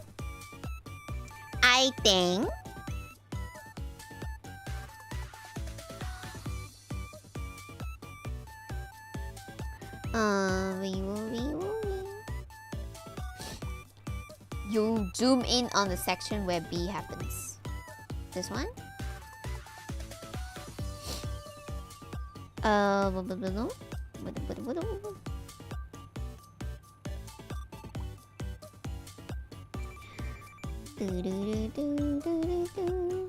Okay, so next, we'll use formula 1 to compute the conditional probability. We have to compute probability of sample as of first card is a spade, and probability of second card is a spade, and probability of sample set 1 intercept sample set 2. We know that probability of sample set 1 is equals to sample set spade 1 is equals to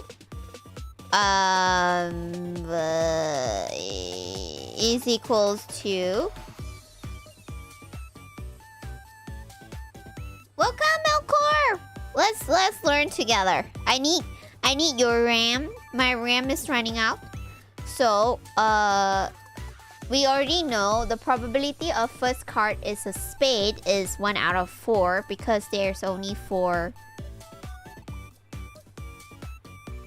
shapes. Because there are 52 equally... Oh wait, no. No. There are 52 equally probable ways to draw the first card, and the 13 of them are spades. The same means 13... Right? Okay, my understanding is correct. Okay. The same logic says that there are 52 equally probable ways to second card can be drawn. So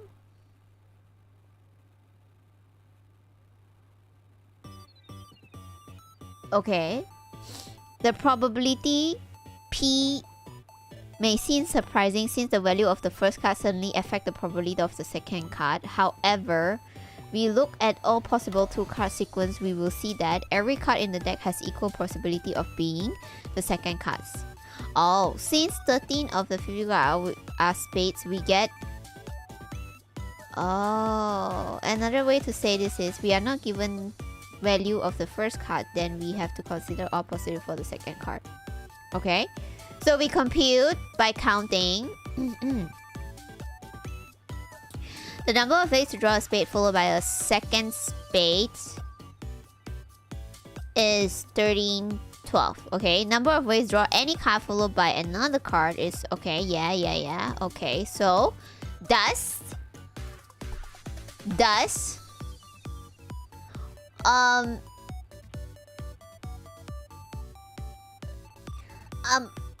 how did it become 51? How do you calculate this? Is it... But this is like this, right? Is it like this?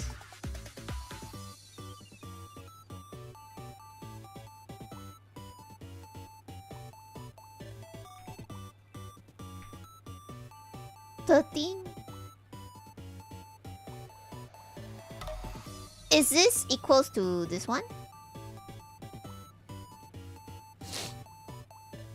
Or is this what this means is like this?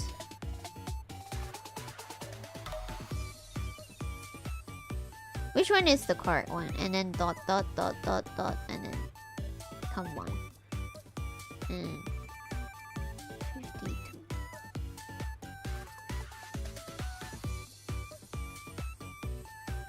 Dot. Which one is which understanding of me is correct? The top one or the bottom one?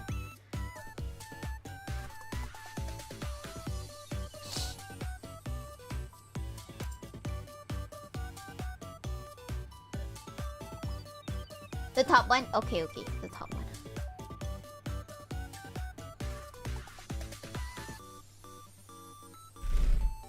To put it the simplest way, we are fundamentally calculating the number of probability and number of probability in our interest and get a ratio which gives us probability we want.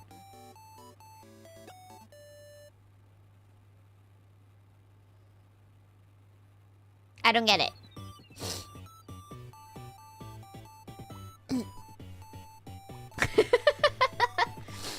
So,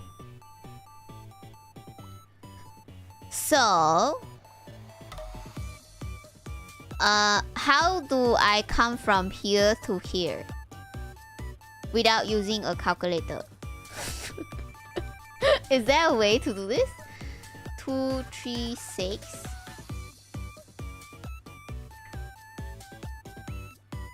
This is just calculator. You don't do by mind? Okay.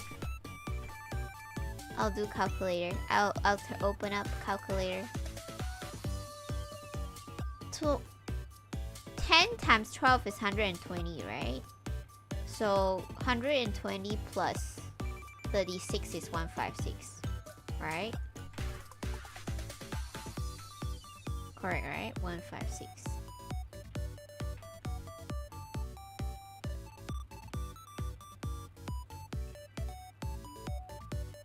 Okay.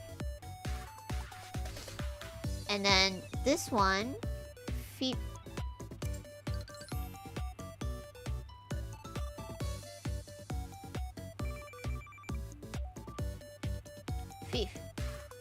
Fifty 52 times 50 is equals to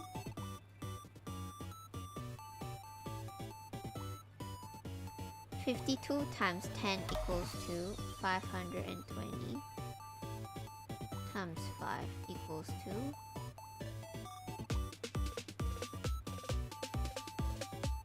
to 2006 plus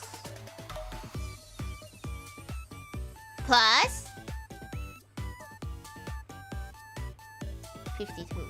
2652. Is it correct?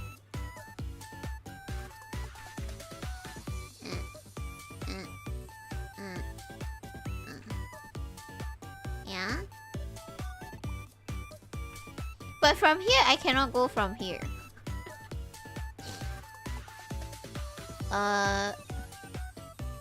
Okay, this one we need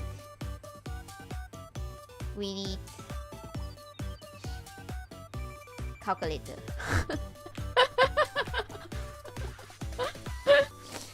This one I need calculator. Okay.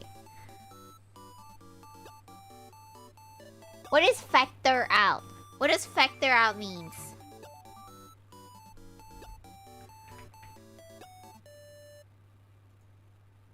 Actually, how to use calculator to do this? I don't know.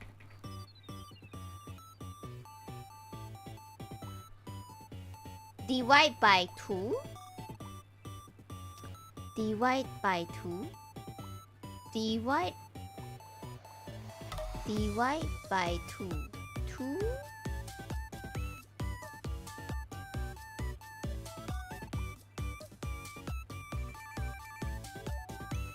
2.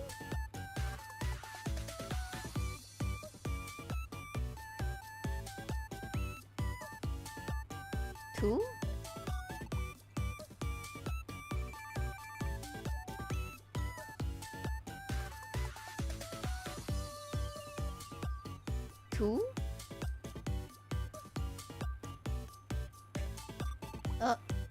This is decimal though? Oh, should I do 3?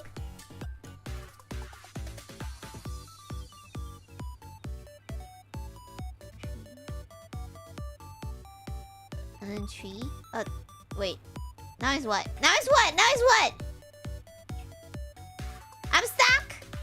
Eh? Eh? But it's not 51! Where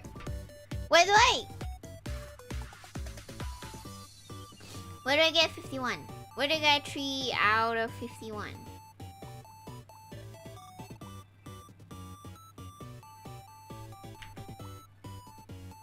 Huh? Nande?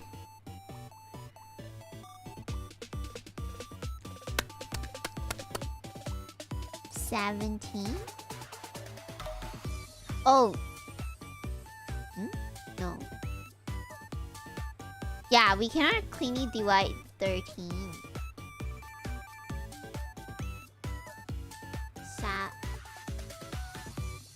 Divided by 30.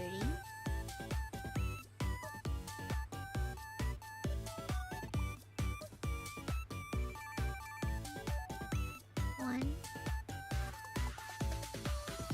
12. 12.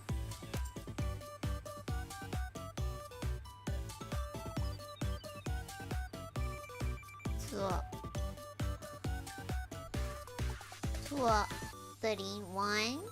12 minus 13, 22, 91, 91, 7. It's still not 3 out of 51 though. What did I do wrong here? 3.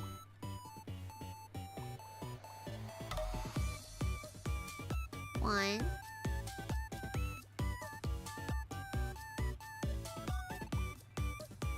3. 3. 1. 21. Oh! Okay. I got it. Okay, so where am I? Finally.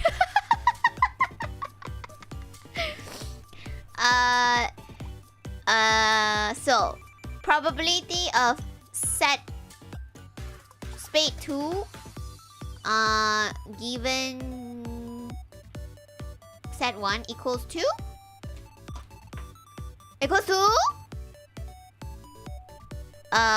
probability of set 2 intercept set 1 divided by probability of set 1 equals to 3. Oh. What is this? 3.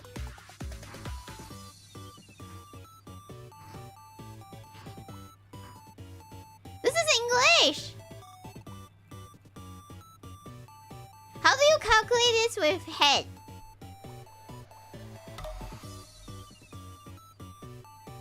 What is expansion for number 52 and 51? What does that mean?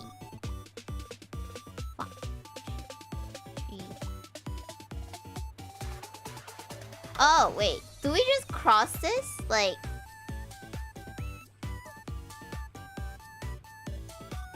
Like, you just cross like this?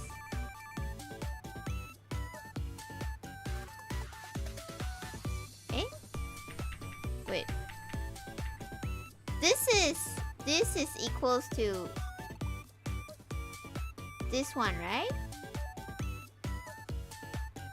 That's why... you just do this. Ah, okay.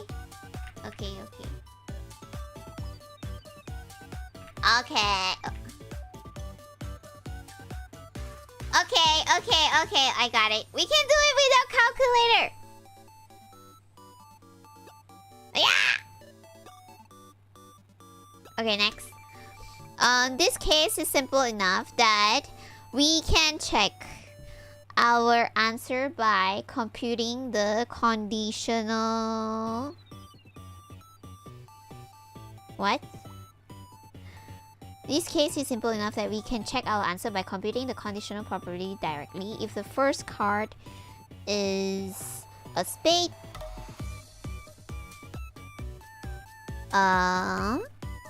then of the 51 cards remaining, 12 are spade.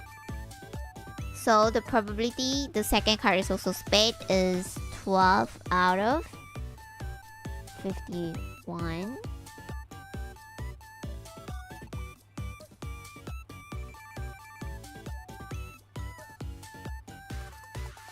Wait, we do so much... Wait. We do so much trouble into this, but because of this example is so easy, we know that let's say the first card is spade, right? So it's actually okay, so 1 out of 52 cards is spade, right? Then if we get spade the first time, then oh wait, this is 13 because there's 13 spade in it. So the first card, this is the total possibility, right? So if the first one is taken out, so this is -1, which is equals to 12, right? So it's 12 out of 51. Okay. Okay. And then the... Oh, wait, one second. I'll be right back.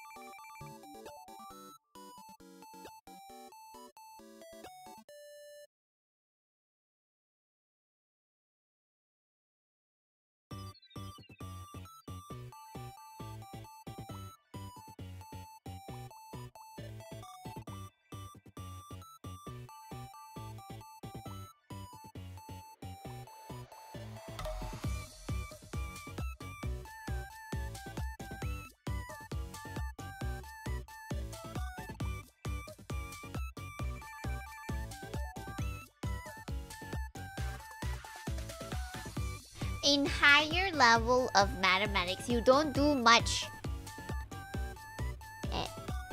arithmetic. What is arithmetic?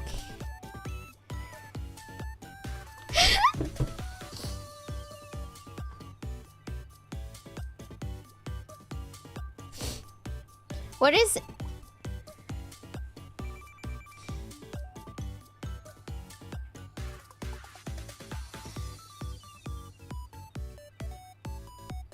Oh yeah.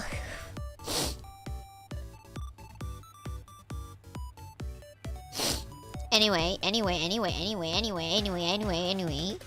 I wanna say, let me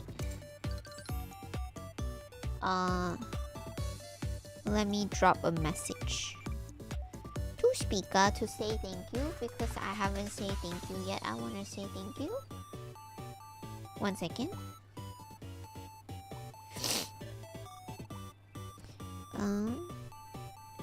Let me...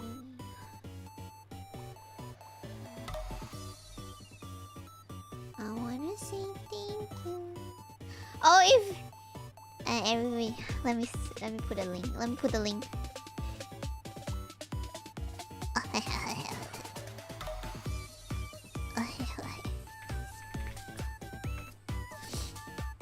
You were there, Benjamin?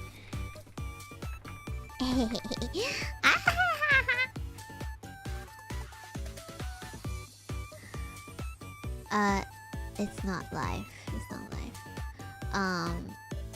When I was listening, when it was my turn, I literally, you know, because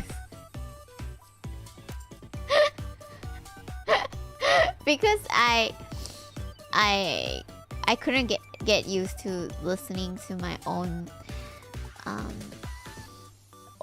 voice, but in the same time I'm just so happy because I love speak. Okay. But it was like a one take kind of thing, so because it's like a karaoke, right? So it's like record one time and then that's done. Check it out, check it out. Emperor Kriti, thank you so much for the 36 month support. Thank you. Okay, let me say thank you. One second. You are a brave soul doing math at this hour. It's 11 p.m. It's okay, it's okay.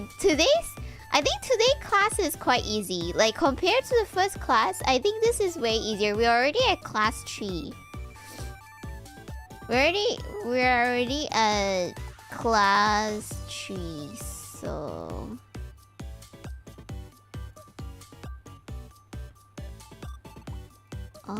one sec. Yeah, it's 11 p.m.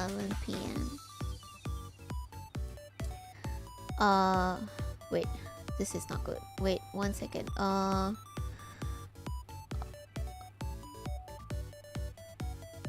Did I press long thing? No, I did not press.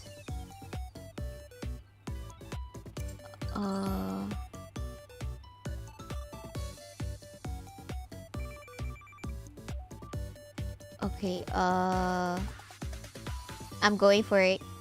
One second. Saying thank you. Saying thank you.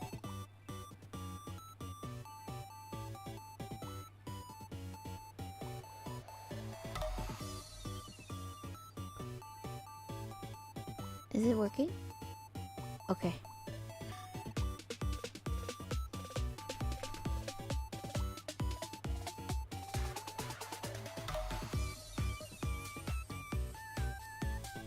Okay,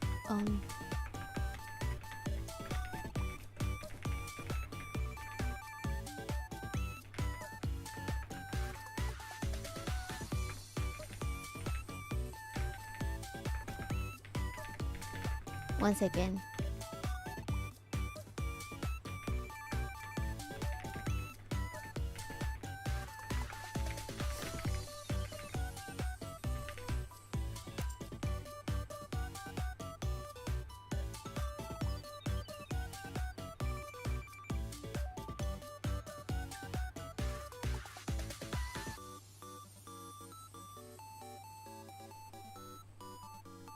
Okay, I sent a message! Yeah! Oh, good night, Alphyrus. Good night. Ah! Okay, I'm done. Okay, back to study, Lumi. Stop distracting yourself. Okay. Where am I? Sorry, I'm lost. Okay, where's our study material?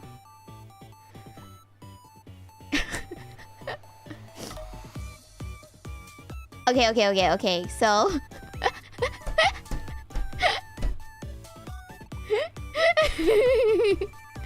okay.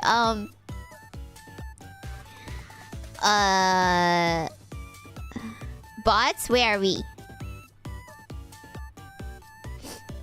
The following formula is called the multiplication rule. Okay.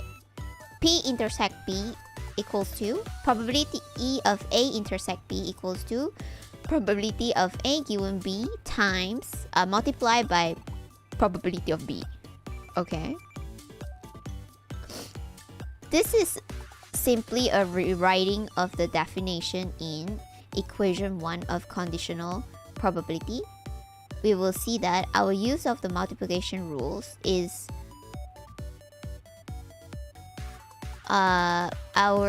the multiplication is very similar to our use of the rule of product in counting. In fact, the multiplication rules is just a super version of the rule of product. Okay, we start by verifying the multiplication rules.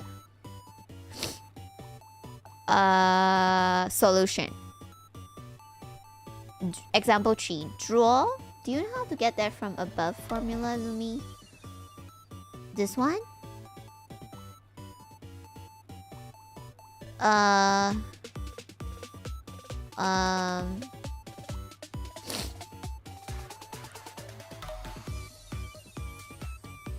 Superman version. Oh, okay.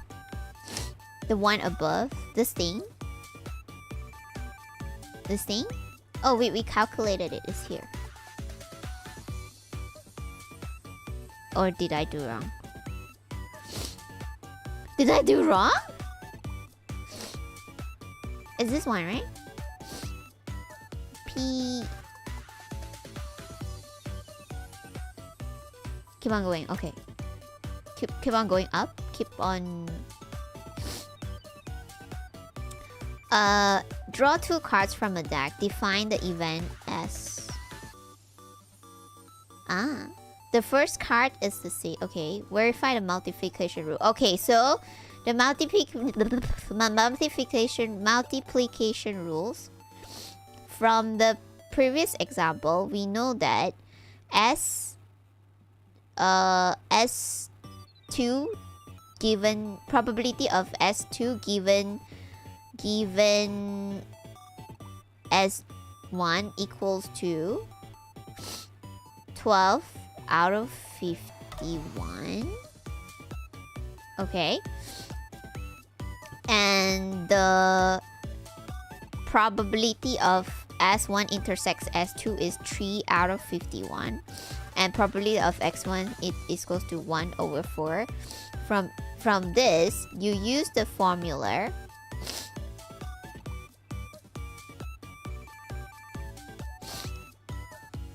You use the formula 12. No. Let me write this down properly. Probability of S1 intersect S2 equals to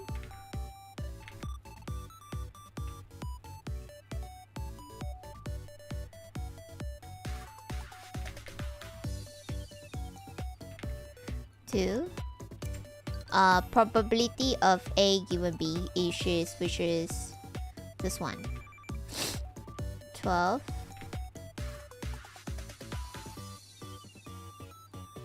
and times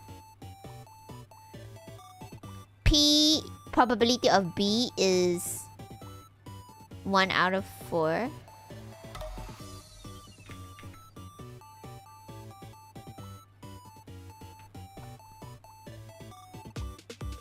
Huh?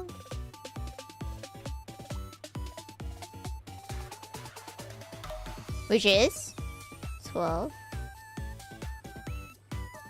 Wait. 12.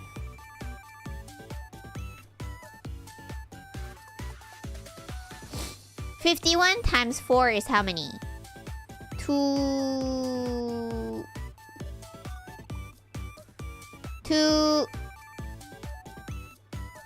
25. Eh? 50 times 4 is 200.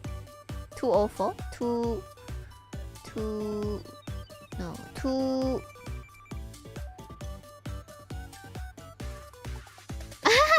Don't worry, hot boy. 2.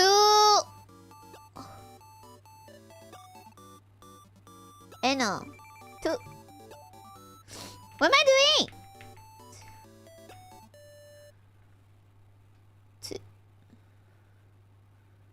2.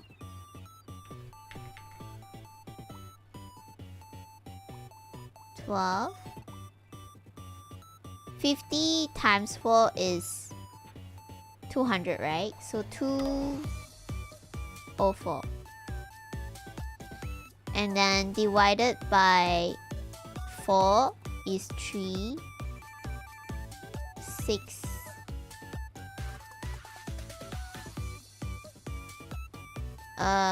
24. 24. 6. Eh? 4. 4. Okay, 51. Oh, okay. So this answer and...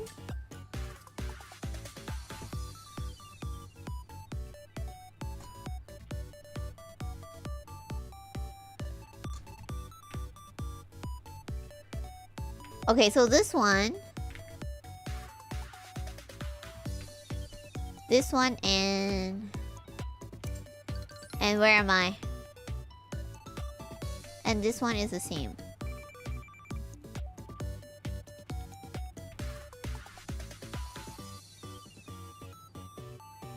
Oh no, it's this one.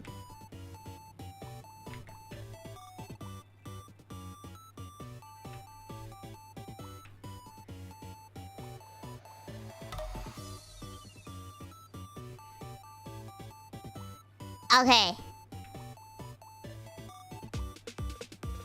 Oh, because I can still simply like one.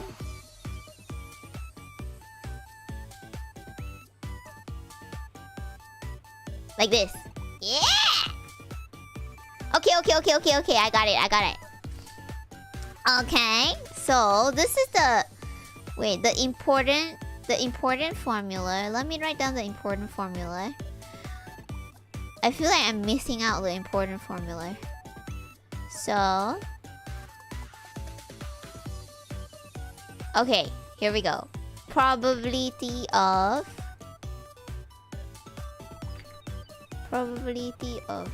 S S2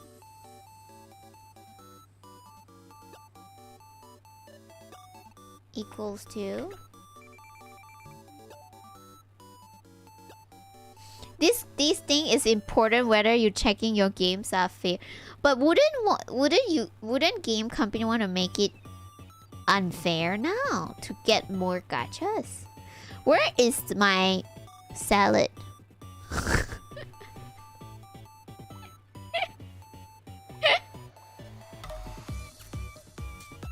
Oh, it says it will only reach in more than half an hour. Oops. Okay, okay. Continue. P possibility of S intercept S divided by probability of S. Oh, that's the balance. Okay. That's the balance. So, and then to get probability of S intersect S2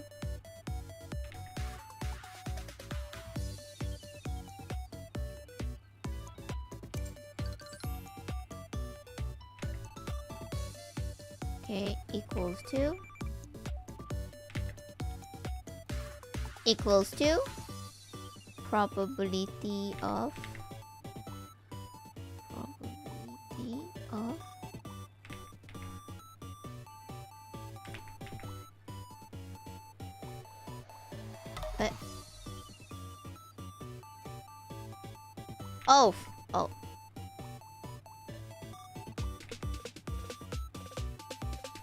probability of this one times...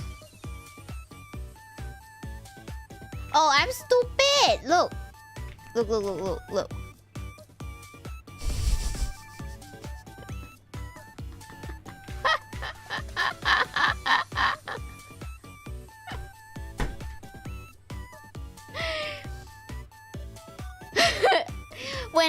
When I was reading this, right, this part, right, I was like, okay, this and this one is different. Okay, then when I write this down, what am I writing, Dumbo?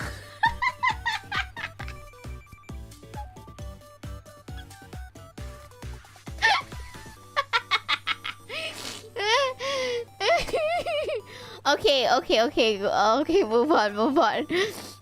Law of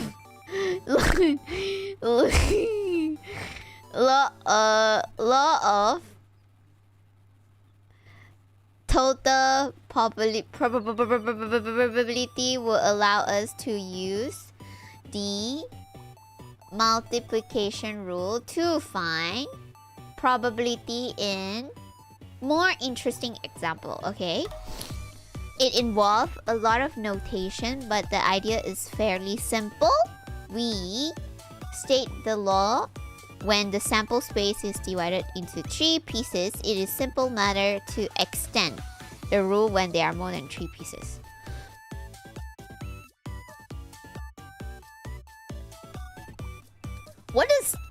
Why is it 3? The law of total power will allow us to use the multiplication rule to find probability in more interesting example. It involves a lot of notation, but the idea is fairly simple. We state the law when sample space is divided by into 3 pieces. It is simple matter to extend the rule when there are more than 3 pieces. Okay, so law of total probability. Suppose the sample space omega is divided into 3 disjoint events. Okay, B1, B2, B3. Okay, so probability of A is equals to probability of A is equals to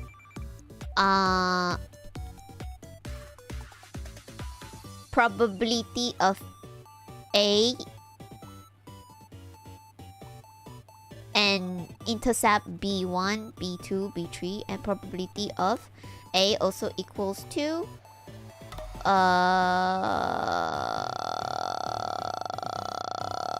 okay, I get it. Okay, so the top equation says if A is divided into 3 pieces, then probability A is the sum of the probabilities of the pieces. The bottom equation is called the law of total probability. I hope you are not listening to any sound than BGM because my tummy just growled like lion just now.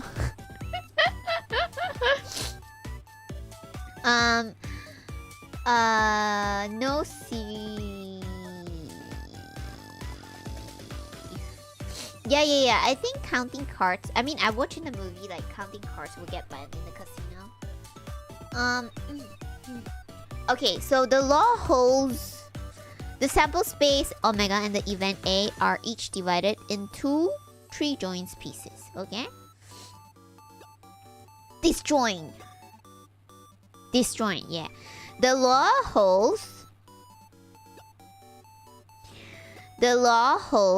if we divide alpha into if we divide omega into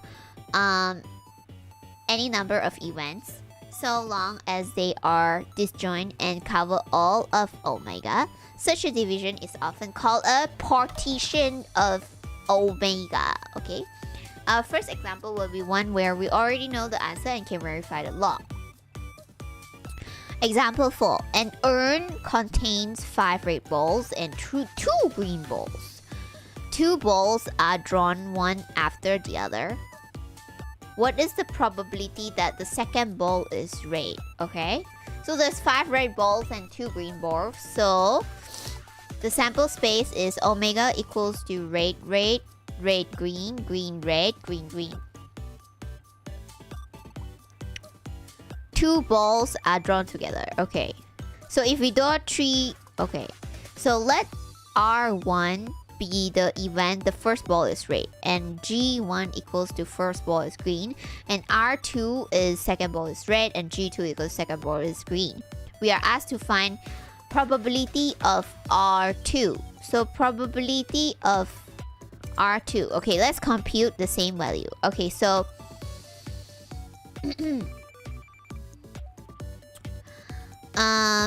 compute this same value using the law of total probability 3. First, we'll find the conditional probability. This is a simple counting exercise.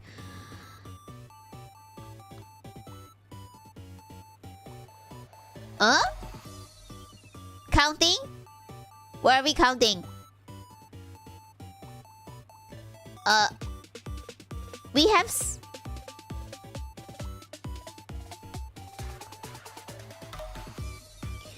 What are we counting here? How did he get 4 out of 6? Probability of R2 given R1 equals to 4 out of 6. So, oh, I know. I don't know. Wait, I know. R2 is second ball is red. R1 is the first ball is red. So second 4 red 5. Eh? How can it be 4 6? How to be 4 6? Where does the 4 6 count? How am I gonna count 4 6? So probably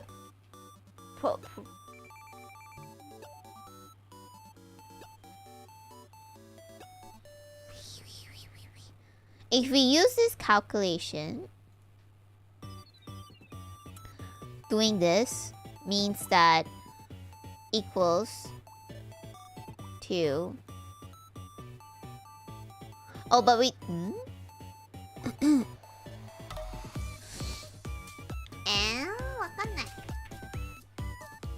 Probability of R2 given R1 equals to 4 out of 6. Probability of R2 given green 1 is 5 out of 6.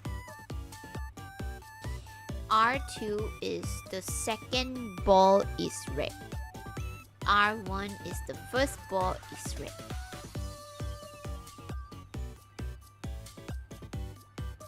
And R2 is... Oh wait, the stream is dead.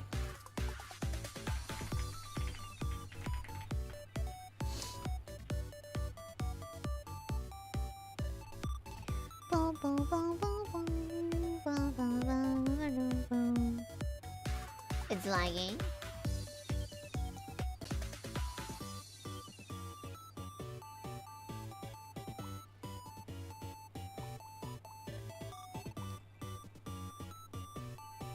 Hello?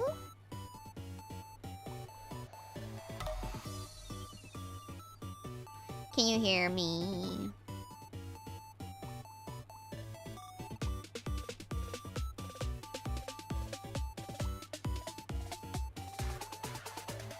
Yeah, you can hear me. Okay, good. So we are back. Okay, so my question is, how did he get 4 out of 6 on this probability of R2 given R1? For going back to the previous law of union, P equals to this one, So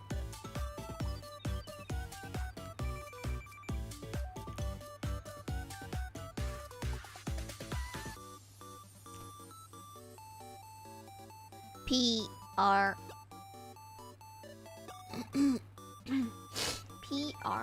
equals to PRR times PR. PRR times R. So P so equals to PRR PR.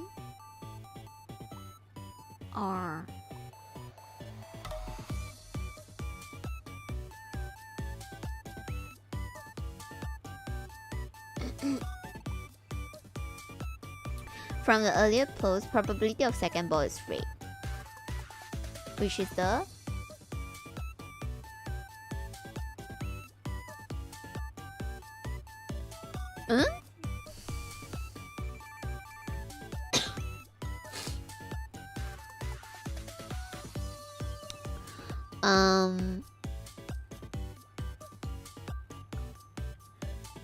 from the earlier pros, probability of the second ball is red equals to PR intercept R plus P green intercept R. Green intercept R. P green intercept.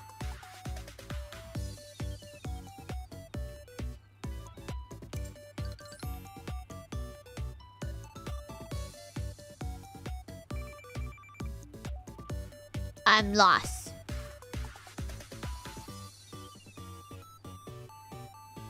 R P R P P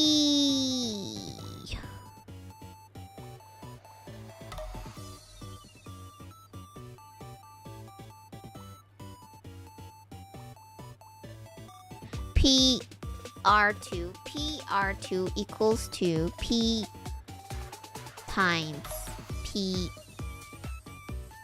plus R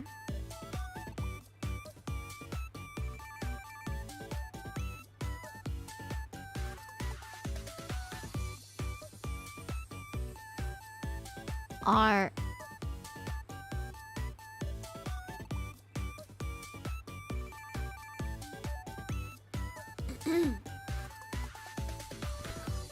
how do you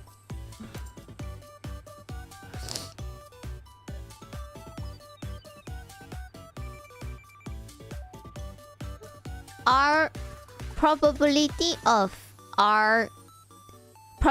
of second ball is red given probability of first ball is red. So if this one, right? So if it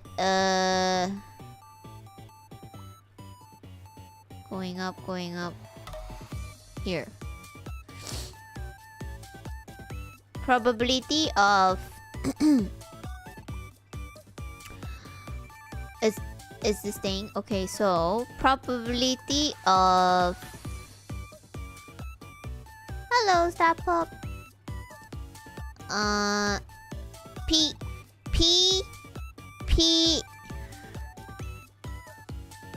how do I know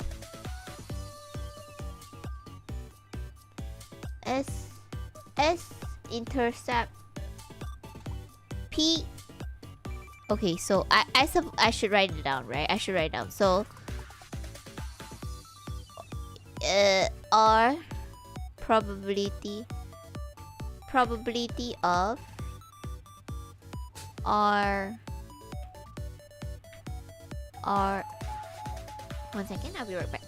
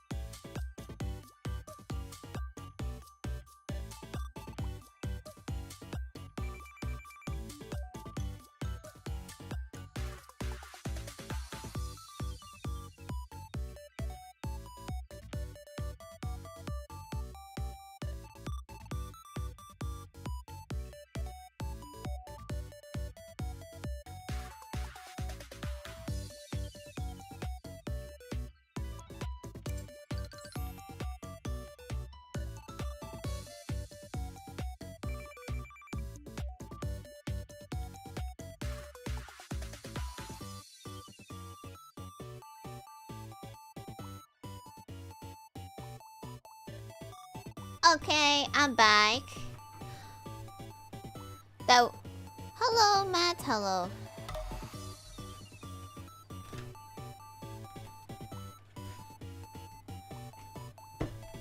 I'm stuck at this probability of R2 given R1 equals to 4 out of 6. How do they get 4 out of 6? You fallen asleep? Good morning, Crystal. Crystal, good morning. Did I miss something? You will need to check the recording. Salad, yeah, salad arrived. But let's we can eat and learn together. How do we get 4 out of 6 here? Like, even just by thinking logically, I was like trying to think logically. So for example, R2 second ball is red. So second ball is red means that the probability of second ball is red.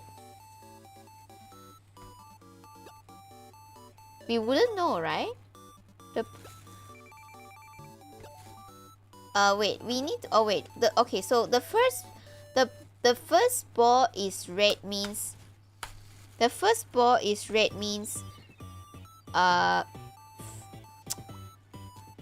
one second, I'll be right back.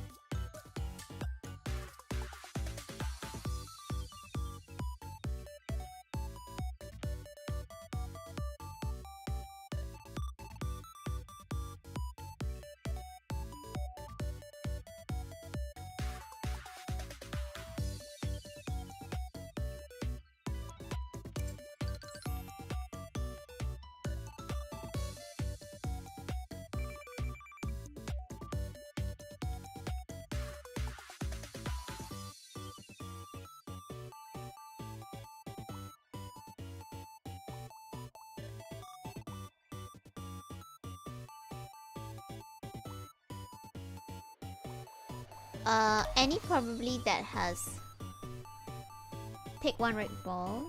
Any probability that has second ball as probability of getting a red ball is 5 out of 7 in the starting. But after you draw one red ball, that is one less red ball, so it's like 4 out of 6. Ah, okay. So wait. So the probability of drawing second ball is red given that the first ball is red equals to 4 out of 6. So the probability of second ball is red given that the first ball is green is 5 out of 6. Oh, thank you, will work. I finally understand it. Okay, I finally understand it.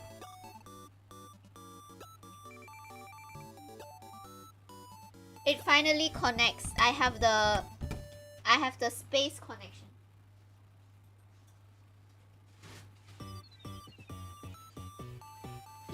You know in movies it have the outer space wing kind of effect. That's me now. Okay.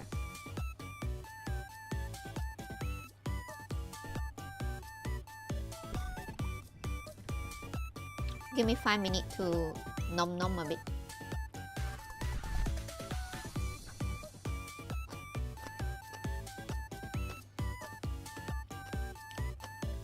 Is that called Eureka?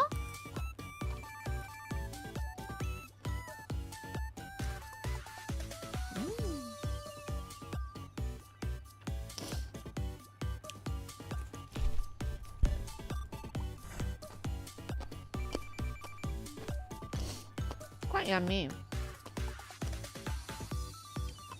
But the seafood is quite smelly.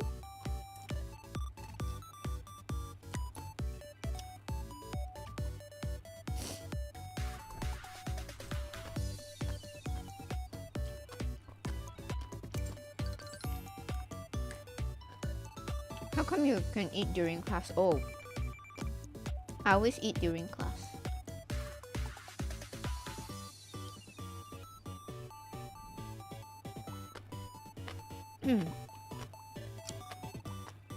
I always eat during class, and when I want to chew, right,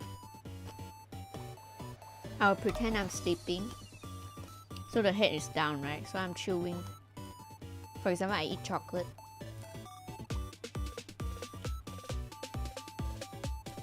And then like the bag of chocolate is like underneath the desk. If I'm desperate, I will open a bag of chocolate and then put it on the table and then use my two hands to like cover my head. Pretend that I fall asleep and then just use my mouth and eat the chocolate on the table.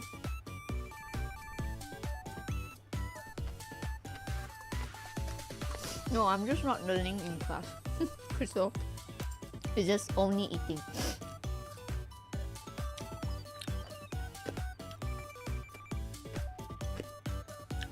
I'm a bad student, everybody.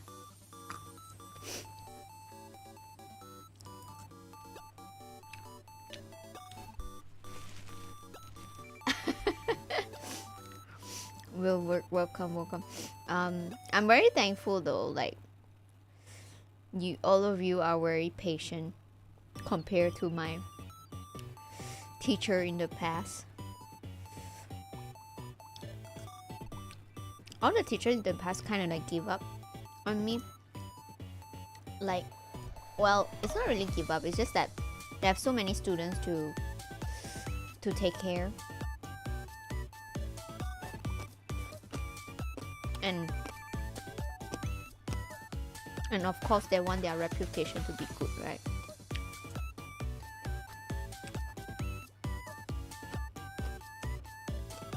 No, I feel it's okay. I'm fine. I grew up to be fine. That's all that matters.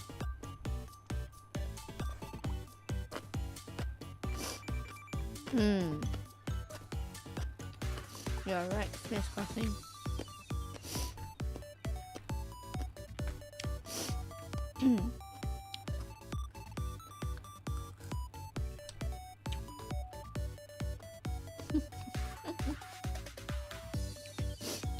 Yeah.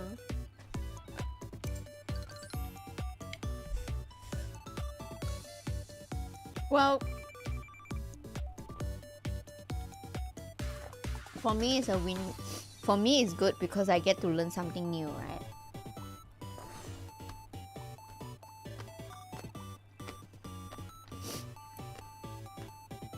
And who knows, what if one day I get to apply this in my daily life?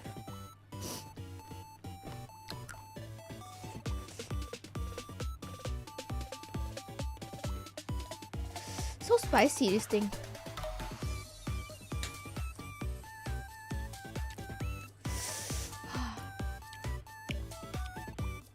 I don't see the chili, but it's so spicy.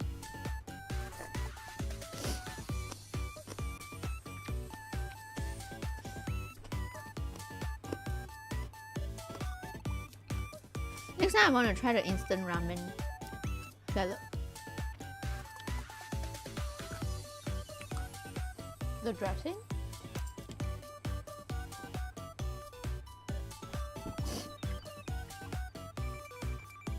What is an undergrad math student?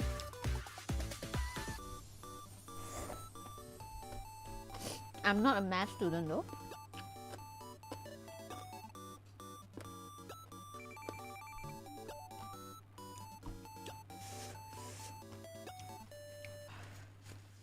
Oh. Oh, I'm not a student. I'm working.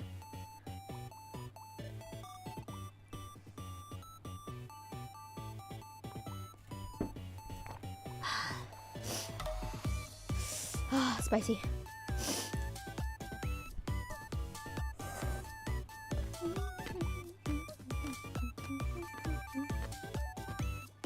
I'm just learning this for fun.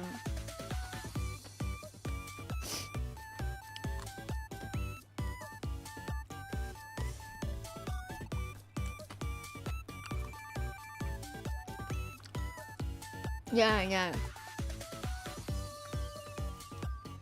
It's like how we started to learn guns and bombs.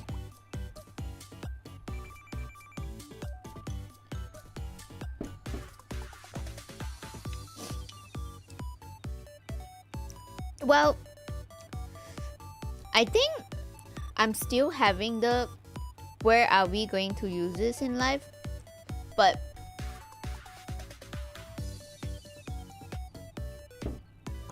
I think the difference is that now I see it as I'm looking forward to use it in life. But when I was in school,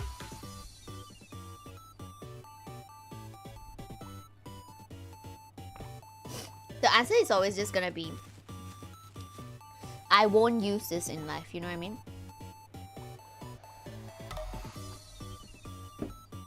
So I think that's like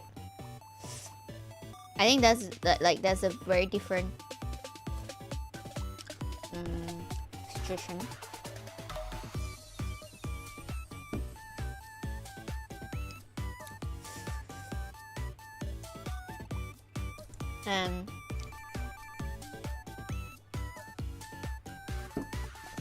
And that's also the reason that I have a black history of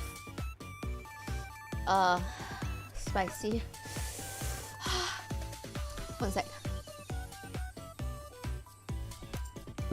Of addicted to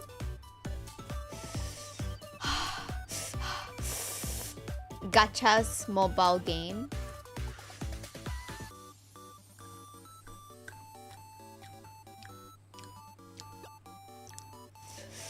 Oh, spicy.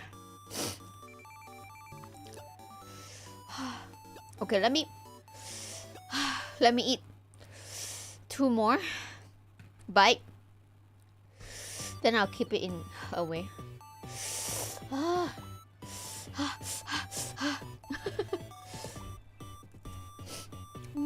Spicy but yummy though.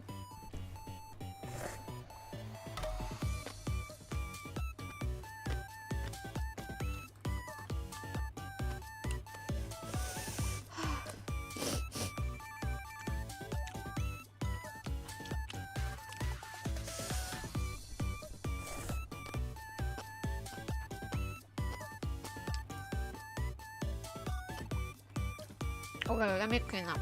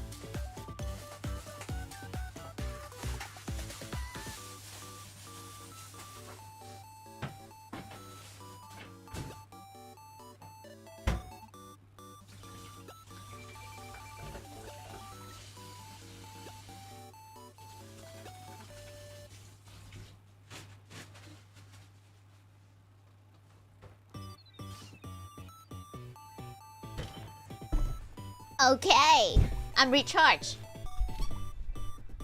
So let's do this.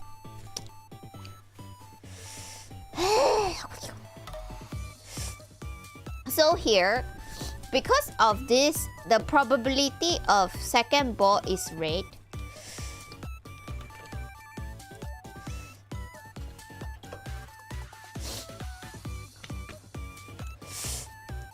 Gacha term, yeah. I think so. I think we should do that. Okay, so I think a very good teacher is where they can use, how to say, they can implement their daily life examples and teach their students in a way, because like a lot of time, right, all these words is very, I would say, technical, and it's like, although the example is so easy, but you just now I took like so long to link it, right? Like I couldn't figure out even given by this condition. So I think having an example, for example, like let's say when you say, okay, you have a coupon and you're gonna turn the wheel for how many times in this supermarket lucky draw, you know, like I think like it would be really easy to like pick it up. So our example, so with this, the probability of R2 is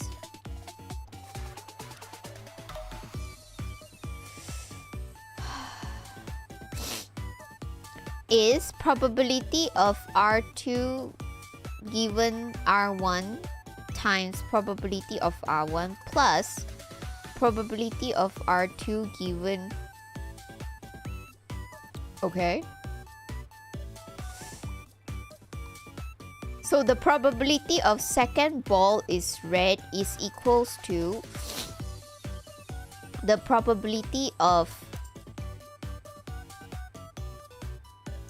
second ball is red given. Oh, hi speaker, hello everybody, say hi to speaker. Thanks for the rain. Hello Callum, hello Ifwan, hello Gothmark, hello Jello Shot, hello Soundina, hello Rance, hello Ramses, hello Bixie.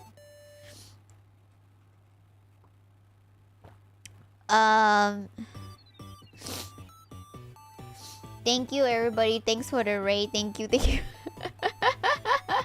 Happy birthday again, speaker, happy birthday. I hope all the Wiz people is having a good time with this 12 hours birthday stream. Otsukare-sama. Otsukare-sama. Yeah. Birthday stretch into college. Okay, so for those who just arrived and don't know what am I doing, I'm actually learning probability. So I don't know what is what. So the chat is actually teaching me on things that I don't understand. Sorry, one second, let me restart though. So it's like we are currently trying to figure out what does this means. Yeah, the math on gacha. So everybody actually know that the math on gachas, or, but you know, like just now I just shared that I once very addicted to gacha mobile games. I wish I know earlier about possibility. Thanks for the raid. All in my life, I thought things is all about luck. Gacha is luck. As long as I dance 10 rounds, maybe I can get the SSR, or maybe if I cross my finger and put my finger behind my back, I will get SSR, or if I don't do certain bad things, I will get SSR. So Jello Noel, thank you so much for the gift of membership, and congratulations to Callum. Congratulations. So okay, so back to here. It asks you to find the probability of second ball is red, and it gives you this formula. How do I get this from what I learned, which is here? I kind of don't get this. Like probability of probability of second ball is red, given that the first ball is red times probability of R1. Oh, thank you, Jello Noel. Thanks for joining the membership. Thank you. Arigatou gozaimasu. Thank you. Plus the probability of divided. So I can see that we are kind of at this like divide situation. Didn't we learn this just now?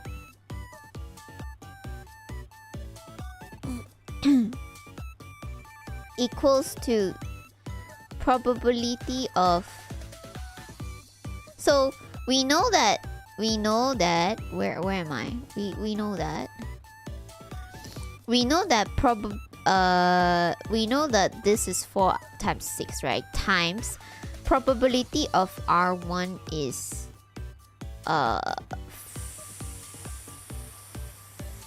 probability of R1 where the first ball is red is 5 out of 7. Okay, this one I know.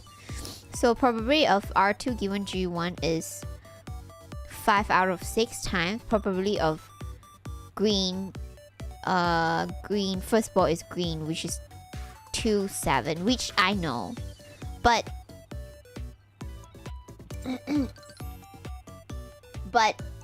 are you saying no? For those who just who watching me the first time, I sniff a lot during my stream. That's because I have dog allergies, and I have 2 dogs, and I live in a one room. So that's my situation. And now it's kind of like spring in Japan. Hay fever is like crazy in spring right now, so I'll be constantly yeah. But I'm not sick, so don't worry. Yeah, it's a long story. Anyway,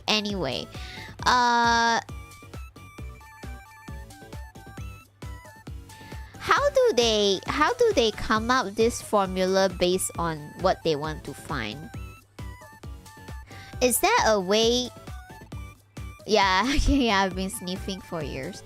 Is there a way to like understand this? Because like we have been learning all this thing, right? So we can see that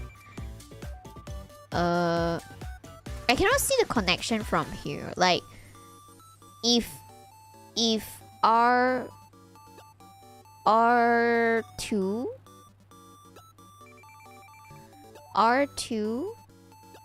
yeah, I don't really get how they get this formula.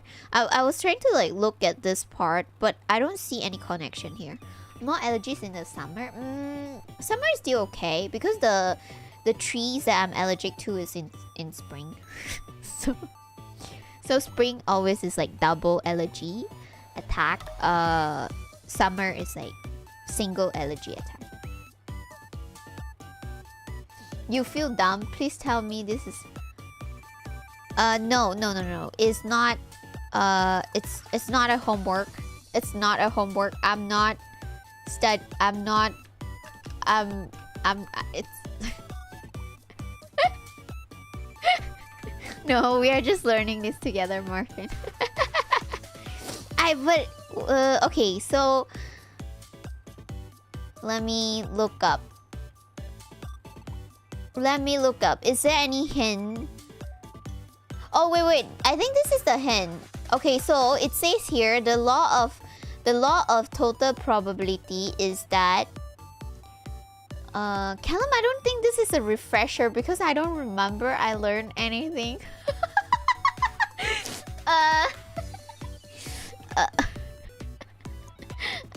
I mostly sleep in the... I either eat or sleep in class. And how I pass my exam is I buy a lot of books that estimate the question that is gonna be come out based on teachers'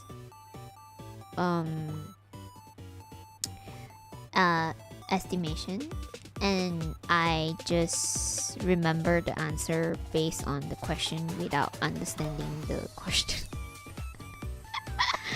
Especially on history subject. Okay, anyway. Anyway,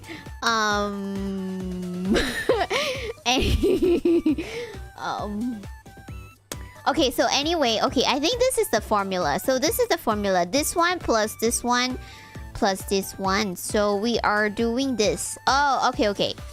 Okay, finally. Same, yeah. So finally, I get it. So this is the law of total probability. I don't need to figure out how they come in. It's just the law. It's just the law. Okay, so the law is that to get...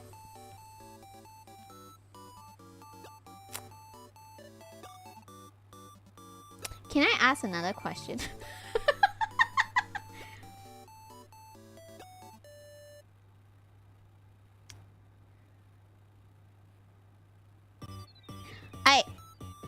I want to ask, like, this one, right? This one is very, very easy to understand because the A, right? The event A given to event B1, B2, B3 is very easy to understand. This is very easy to understand. So this one, R2 given that to R1 and R2 given that to G1. Why there is no R2 given to G2? Where is P possibility of R2? Oh wait, R2 given to green G2 times probability of G2 is not needed because this is the second draw. Because G2 is the second draw. Unless the G2 is something of like a different event, then there will be an additional plus. Is it? I think so. Yeah. Okay, good. Next. Okay, so while using this formula, let me write this down so that I can remember. I think if not, I'm gonna be doomed when we move on to the further back. Okay, R2. I'm good. Are you sure?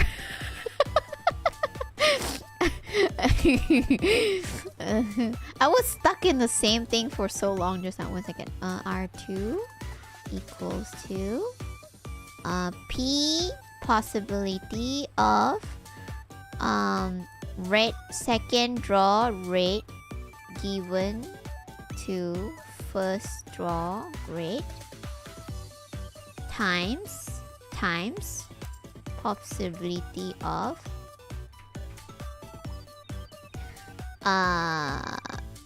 first draw rate.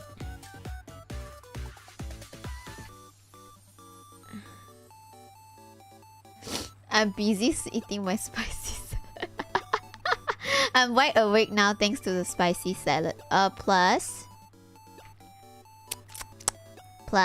possibility of R2 second ball is red divided by first ball is green.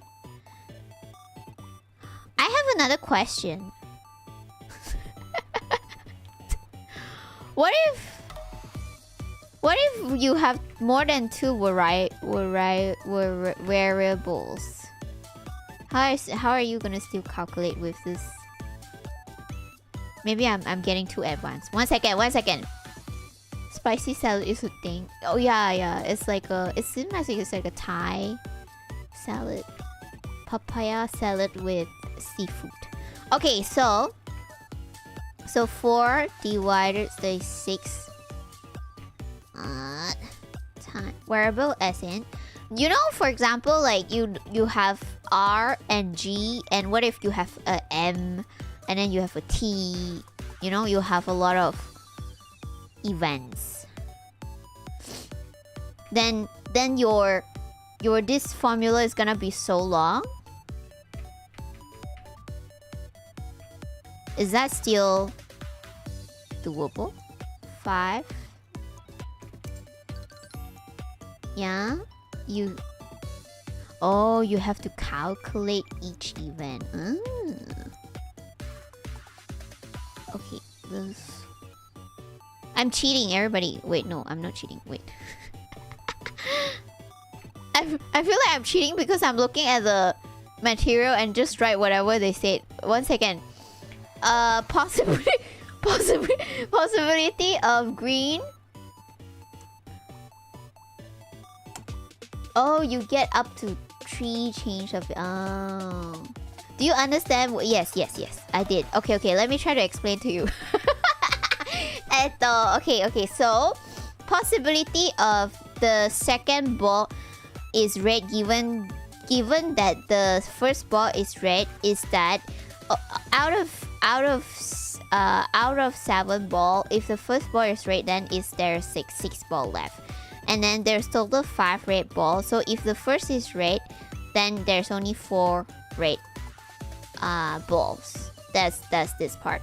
And then the possibility of the first draw is red ball is that there's total 7 balls and there's total of 5 red balls. So this one. So same goes to this one. So plus, not plus, times possibility of green balls is 2 out of 7. 2 out of 7.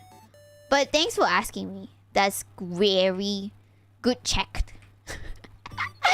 Okay, so we do the multiplication first, I think. So 20. 6 times 7. 42. Plus 10. 42 equals to 30. 50. But wouldn't you be biased with your emotions though? Okay, so if I divide it by 2 is 15.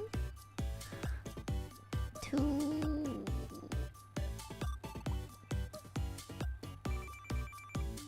Did I make a mistake? Huh? 3 divided by 3.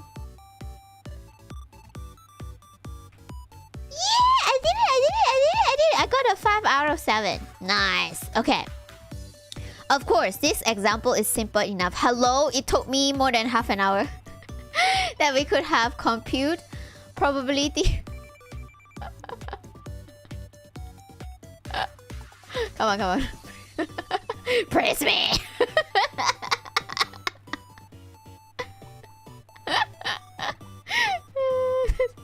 It took me so long to understand.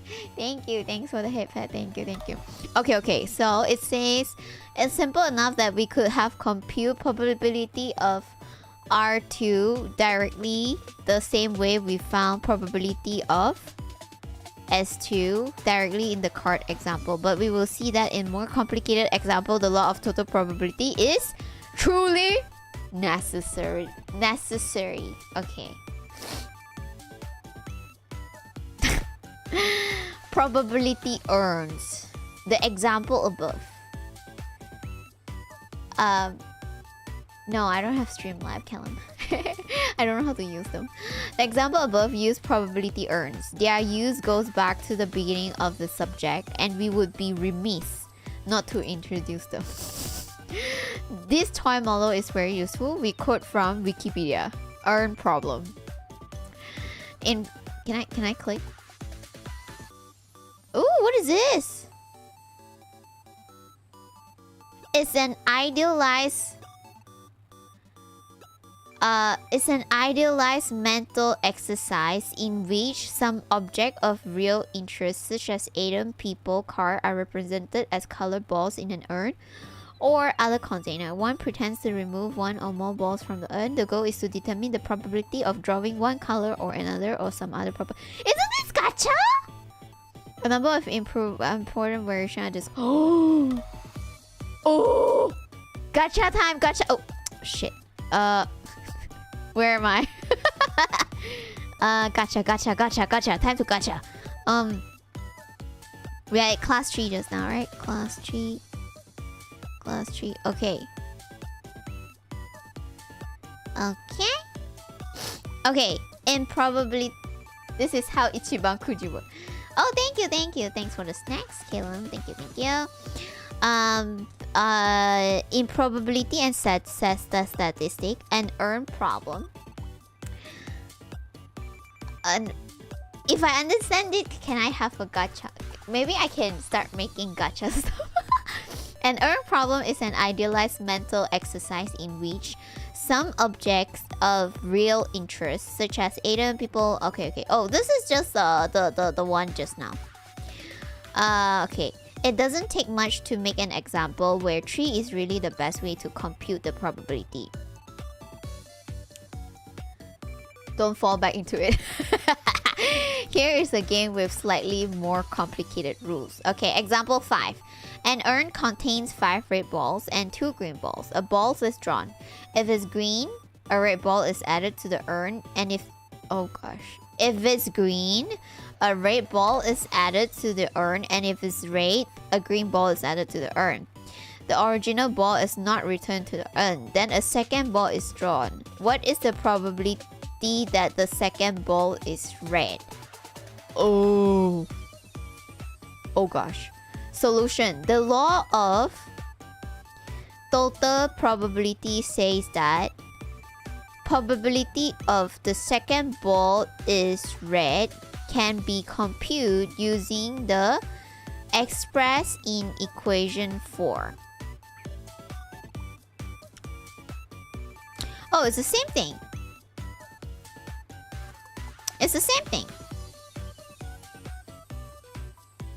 Wait, no, it's not the same thing. Only the values for the probability will change. We have probability of red second balls is red given to the first ball is red is 4 out of 7. Probability of second ball is red given the first ball is green is 6 out of 7. Therefore, Tracker, thank you so much for the 27-month support. You was on uni at the school. Now, you mean? Or this one. Are you learning something interesting? Oh yes, we are learning probabilities, and now we are learning the law of total probability. Probability. Okay, so where am I?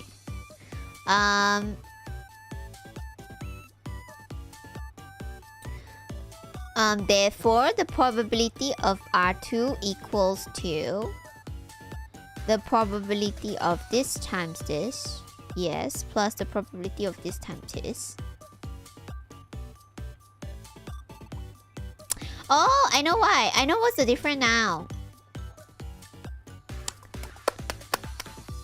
No, Goose Summoner. We are not in Monty Hall. We are at the law of... We are at the urns, probability urns.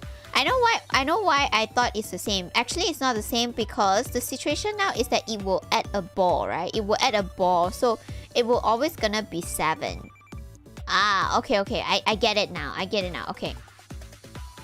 So using trees to organize the computation. Trees are a great way to organize computation with conditional probability and the law of total probability. How many times I have like not able to pronounce probability? Good morning, Donor Han. Good morning. No, I'm the student. You guys are the professor. I'm the student here, okay? The figures and example will make clear what we meant by a tree. As with the rule of product, the key is to organize the underlying process into a sequence of action, okay? We start by redoing example 5. The sequence of actions are first, draw ball 1, okay? And then draw ball 2. Okay. Okay, so okay. So this is the first ball. Then if the first ball is red, then they will add a green. Eh? Wait, no. I don't know how to read this tree. You interpret this tree as follow. Okay, good. Thank you. Each dot is called a knot. What is the probability of Lumi pronouncing probably correct more than 50? More than 50. Each dot is called a knot. 0%. 0 point. Next question. The tree is organized by levels. The top knot is at level 0. Okay, that's the root knot, everybody. Root. Okay, the next layer. Why the tree need to be down instead of up? Okay, never mind. Maybe I'm asking a weird question. The next layer down is level 1 and... Oh. The next layer down is level 1 and so on. So each level shows the outcome at one stage of the game. Level 1 shows the possible outcome of the first draw. Level 2 shows the possible outcome of the second draw. And... Oh! Okay. Okay, so this is the knot which you haven't drawn yet. So the first draw, you might get a green and you might get a red. And then for the second draw, you might get a red. And okay, I got it. Okay. Probabilities are written along the branches. The probability of first draw is red is 5 out of 7. Always grow downwards. The reason I did not ask in detail just now is that I imagine drawing the trees and I feel it's stupid to draw upwards. It is written along the branch from the root knot to the one label. Right on the first draw. At the next level, we're putting conditional probabilities. The probability along the branch from right on the first draw to right on the second draw is probability of right on the second draw given that the first is red. Okay, it represents the point of going to not R2 given that you're already at R1. Okay. So the multiplication rule says that the probability of getting to any knot is just the product of the probabilities along the path to get there. Okay.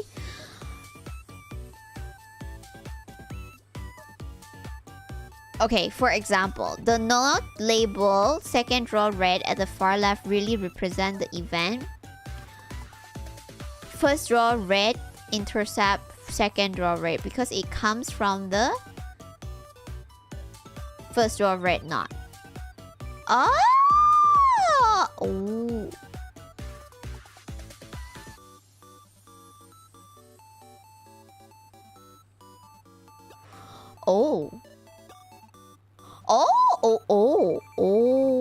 The law of the total probability is just a statement that the possibility of second draw red is the sum of the probabilities of all paths leading to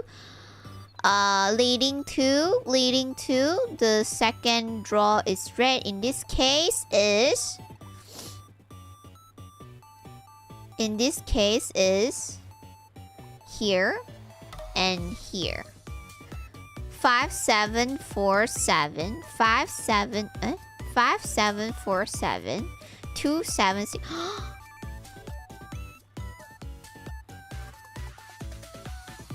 This is so cool. Oh.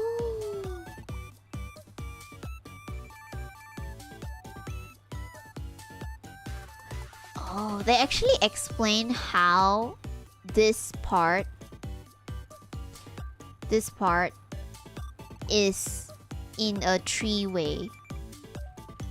Oh. Oh. Okay. Next. Okay, I get it. That's so cool. Okay.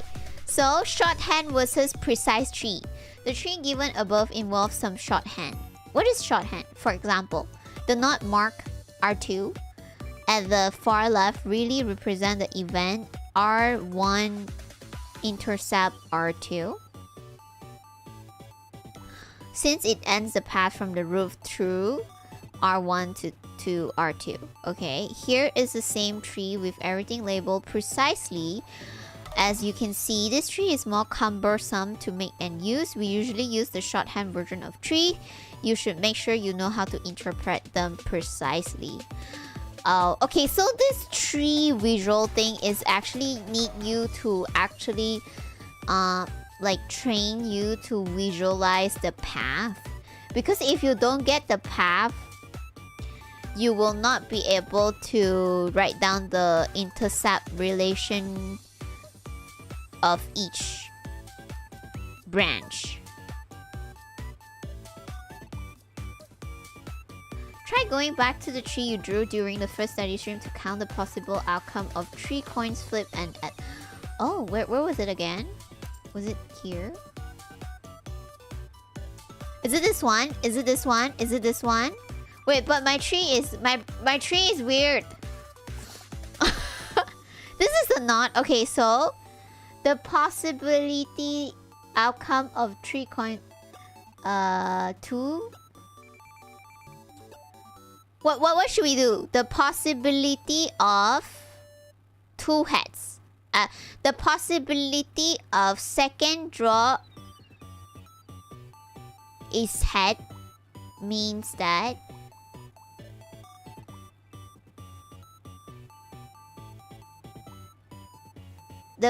okay. We'll write this down. So the formula is the possibility of second draw is head, right?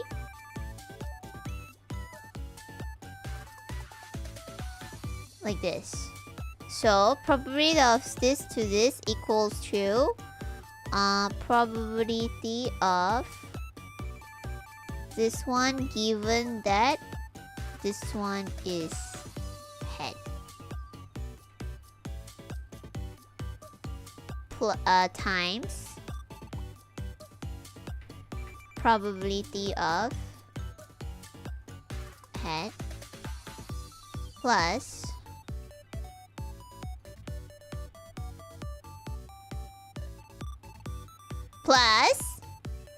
probability of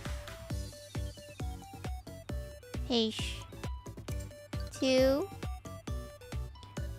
given that the first draw is tail 1.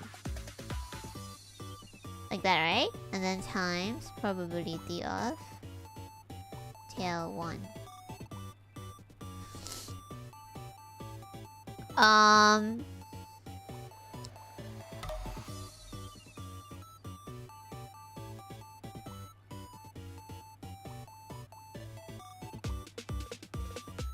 We need to get this right. Okay. Then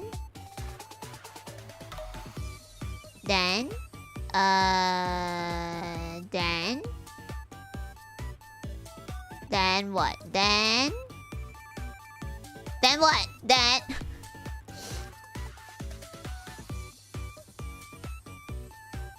this is 1/2. This is still 1/2, right? No matter what, everything is 1/2. So 1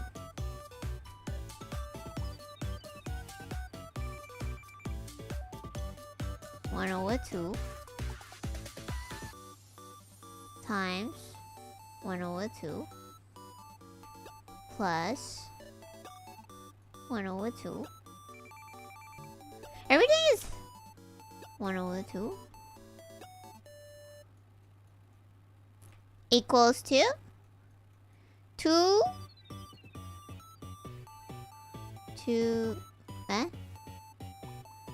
4 plus. Wait, isn't it 1 over 2? What am I doing? Did I do wrong? Did I?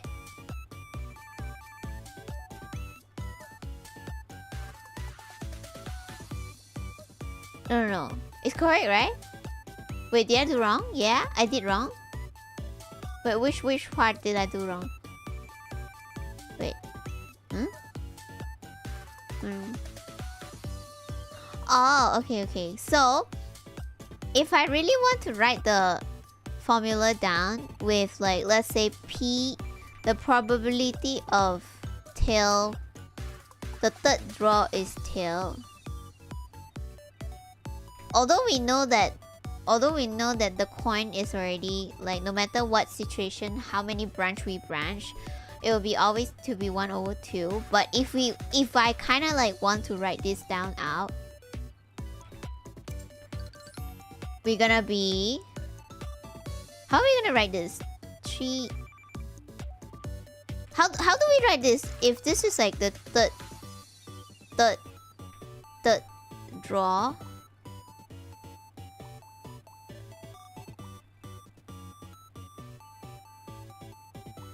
Isn't that gonna be very complicated? Plus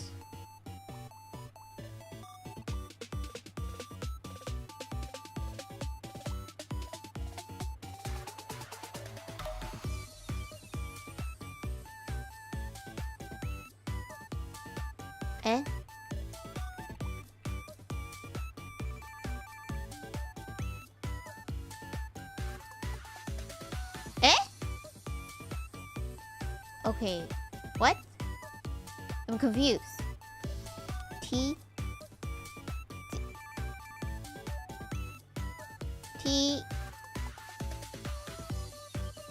It's not second, right? It's the first. Because... What is this math? Yes! As well as probability. Because, like... Where is the number? Here.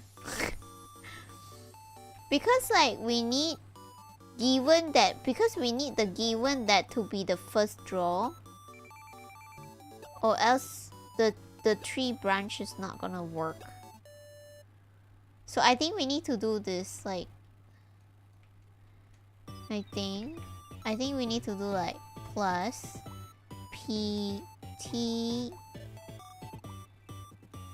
given that.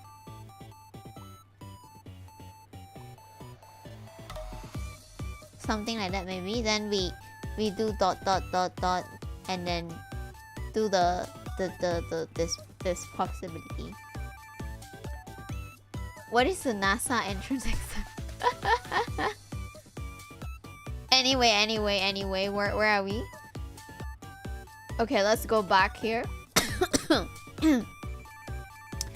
Okay, independence.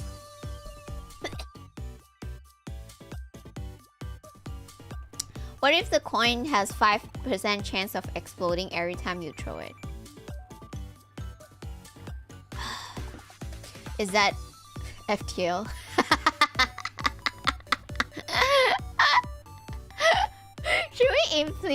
Should we imply possibility in when we play FTL? Independence. Two events are independent if knowledge that... Let's not go there. Two events are independent if knowledge that one occur does not change the probability that the other occur. Informally, events are independent if they do not influence one another. Okay, example 6. toss a coin twice. We expect the outcome of 2 tosses to be independent of one another. In real experiment, this always has to be checked. If my coins lands in honey and I don't bother to clean it, then the second toss might be affected by the outcome of the first toss. Okay. More seriously, the independence of experiment can be undermined by the failure to clean or recalibrate equipment between experiments, or to isolate supposedly independent observers from each other or common influence. We've all experienced hearing the same fact from different people. Hearing it from different sources tends to lend it credence until we learn that they all heard it from a common source. That is, our sources were not independent. Translating the verbal description of independence into symbol gives that. Yeah, so now the coins are exploding. This is talking about that the taxis thing, right? That not all conditions are gonna be consistent, and you wouldn't know what kind of condition will affect the taxi to be passing by at that time. So A is independent of B if. Good night, Wilbur. Good night. Thank you, Ayasumi. It's 12:30. Okay, it's okay. Let's continue. A is independent of B if probability of A given B equals to probability of A. That is, knowing that B occurred does not change the probability that A occurred. In terms of event as subset, knowing that the realized outcome is in B does not change the probability that it is in A. What does that even mean? If A and B are independent in the above sense, then multiplication rules give A intercept B equals to probability of A given B times probability of B equals to probability of A times probability of B, which means that probability of A intersect B equals to probability of A times. Wait, this is okay. They are just getting they're making things complicated, but it's kind of easy to understand because independent means this times this. Okay. This is a nice symmetric definition which makes clear that A is independent of B if and only if B is independent of A. Unlike the equation with conditional probabilities, this definition makes sense even when probability of B equals to 0. In terms of conditional probability, we have if probability of B is not equals to 0, then A and B are independent if only if A given to B equals to probability of A. Then probability of A is not equal to 0, then A and B are independent if and only if probability of B given A equals to probability of B. Okay, that's just a condition, right? Okay. Example, toss a fair coin twice. H1 is heads on first toss, H2 is heads on second toss. Our H1 and H2 is independent. So if we want to figure this out,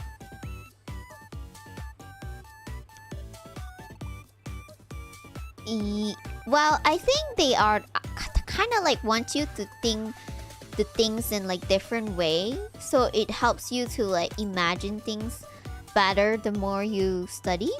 Like for example, the formula plus the tree, they show the tree and then the Venn diagram compared to like just calculation.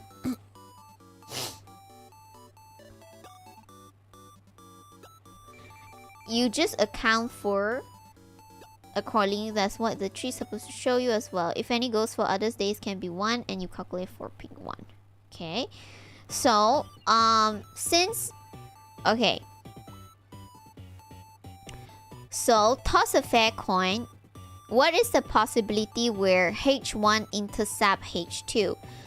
So, it is equals to probability of A divided by times probability of B, which is head on first toss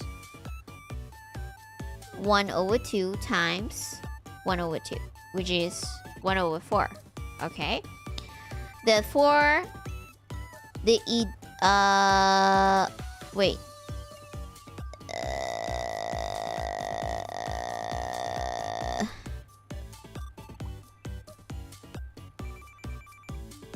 How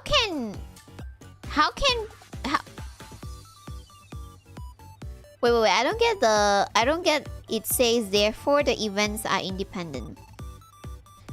Therefore the events are I mean, we know that it's independent when it says head and tail because there will not be interception. There's no like, you know, half head, half tail, you know?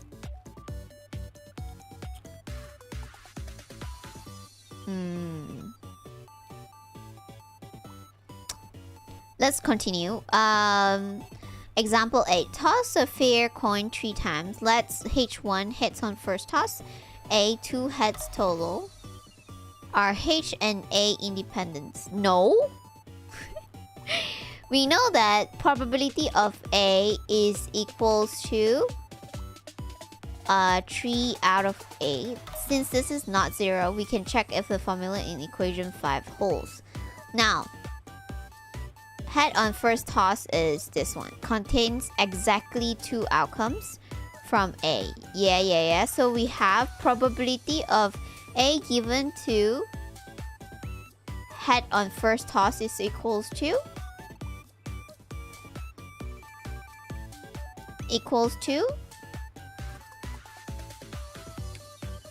2 over 4 since these events are not independent. Okay.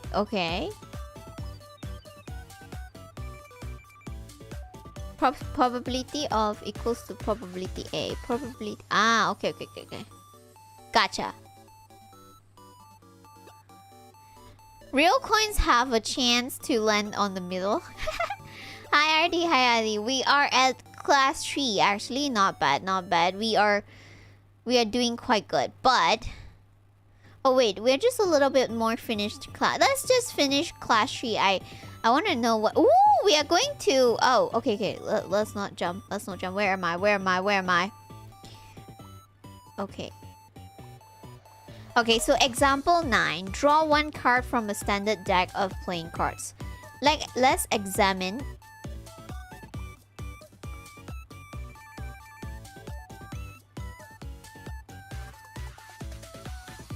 By the way, when you are passing through any, doesn't matter to your interested draw, for example, even though you pass anything once with 1, keep in mind that you still draw and total count reduce. You mean like the green balls and the red balls? Draw 1 card from a standard deck of playing cards. MTG. Let's example. No, casino. Let's example. Blackjack. Let's examine the independence of 3 events. The card is an ace, the card is a heart, and the card is red. Define the event as A, H, and R. We know that probability of A is 4 out of 52. Because there's 4, yeah, okay. And probability of H is also 4 out of 52. Probability of R is also 4 out of 52. Probability of A given H is 1 over 152 divided by 4. 1 over 13, okay. Since probability of A equals to the probability of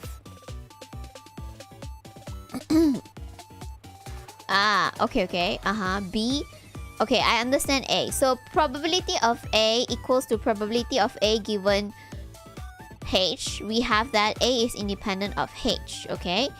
So next is probability of A given to red equals to there's 2 red, that is A, so 2 out of.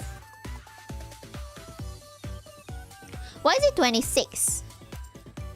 Oh, because there's only 26 red. Okay, equals to 1 out of 13 equals to probability of A. Okay, so A is independent of R. That is whether the card is an ace is independent of whether it is red. Okay.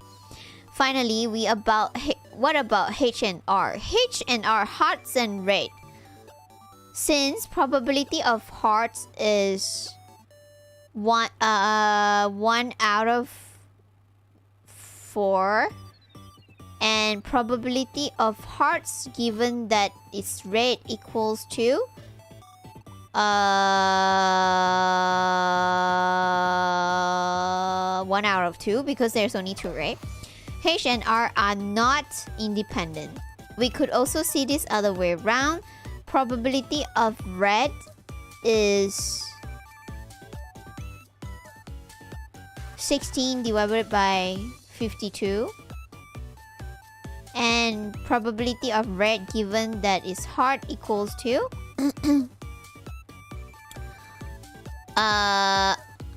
why is it 1? Probability of red given hearts. Isn't that 13? 1. So H and R are not independent. That is, the suit of a card is not independent of the color of the card suits. Because all cards are red. All hearts cards. Oh, yeah, right. Okay, gotcha. So, paradox of independence. Ah, you're right. I see, okay.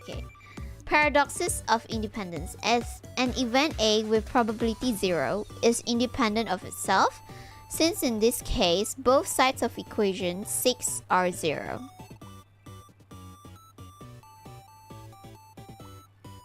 This appears paradoxical because knowledge that A occurred certainly gives information about whether A occurred.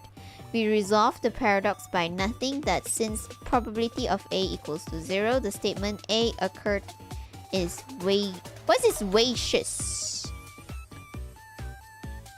For what other values of probability of A is A independent of itself? A independent of itself. A independent of itself.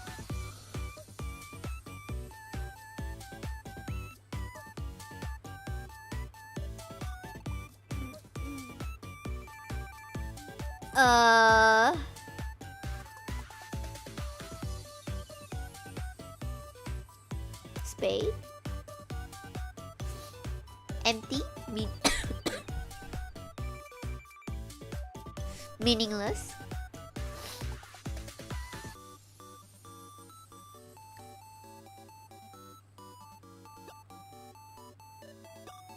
The statement of A occurred is meaningless. The probability of A... Good night, Aozaki. Good night. The probability of A is 0 and you say A occurred. It was 0. It can't have occurred. Okay. An event A with probability 0 is independent of itself. Since this case both sides of equation, this appears paradoxical because knowledge that A occurred certainly gives information about whether A occurred. We resolve that paradox by noting that since probability of A equals to 0, the statement A occurred is vicious. Oh, okay. Gotcha. Like 26 red is equals to 2 red. Oh, yeah. So, Bayes' theorem. Bayes' theorem, yes. It's a pillar of both probability and statistics, and it is central to the rest of this course. Ooh! For two events, A and B, Bayes' theorem, also called Bayes' rules and Bayes' formula, says that probability of B given A equals to probability of A given B times probability of B divided by probability of A. Okay, comments. Bayes' rules tells us how to invert conditional probabilities to find probability of B given A from Okay. Proof of Bayes' rules. The key point is that A intercept B is symmetrical in A and B. So the multiplication rule says that probability of B given A times probability of A equals to probability of A intersect B equals to probability of A given to B. Oh, divide through by probability of A to get base rules. That is so cool. That is so cool. Okay, a common mistake is to confuse the meaning of probability of A given to B and probability of B given to A. They can be very different. This is illustrated in the example. Okay, toss a coin 5 times. Head. First toss is head. All tosses are heads. So the probability of given first toss is head, given that all 5 tosses are head equals to 1. Because of 5 toss, okay? Wait. The first toss is... Wait. The probability of the first toss is head given that all 5 tosses are head. Which is 1. Because there's not gonna be tail, but probability of all 5 tosses are head given that the first toss is 1 is that... How do we calculate 1 over 16? Okay, if I use the formula probability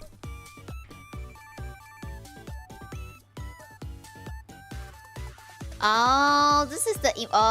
okay. So, for example, if I want to find this one,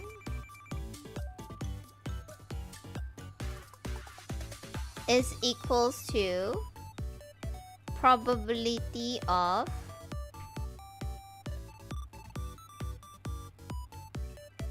How do you get probability of H1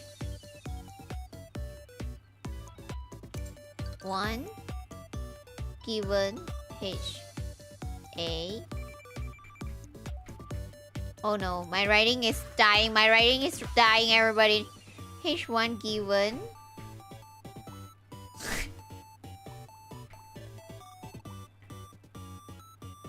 divided by times probability of HA.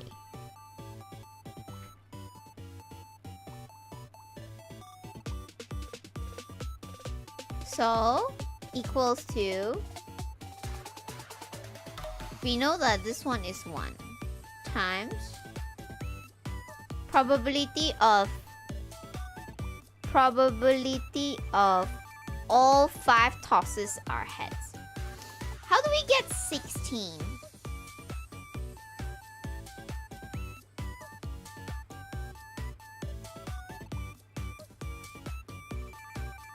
Five? Oh wait, 5 times 4. Wait, no.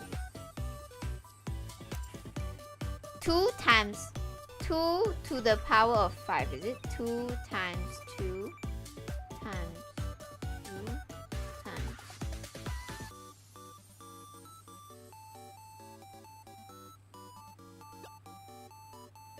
Eh? 4? I don't get the 16. How they get 16? Toss 5 times. All probability of all 5 tosses are head means that there's only one possibility where there's all 5 tosses. There's 5 heads, right? So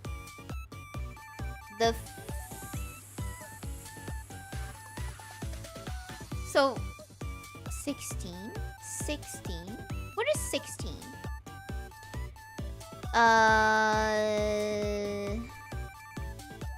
For example, when you add 9 to a number, when you can add 1 to the next digit and subtract from the... Okay.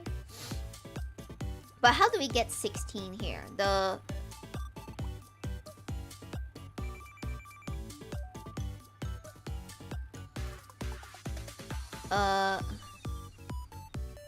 16? Is that this thing?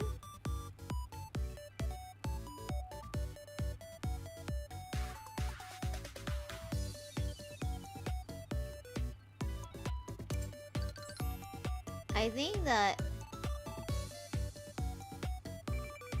given that 5 times I don't know 5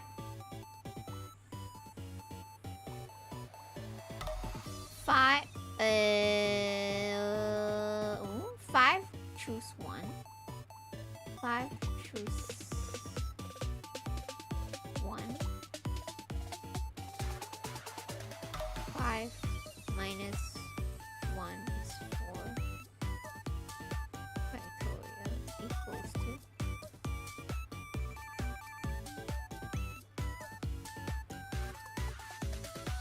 4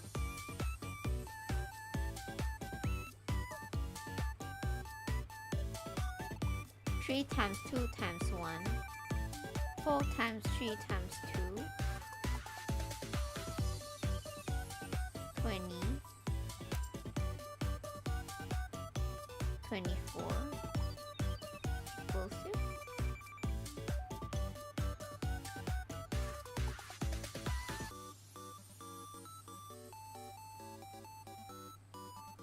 equals to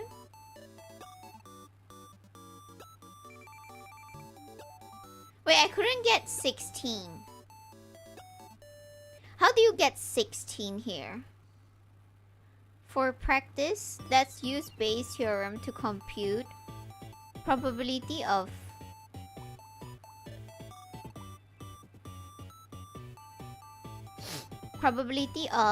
first toss is head, given that all 5 tosses are heads, using probability of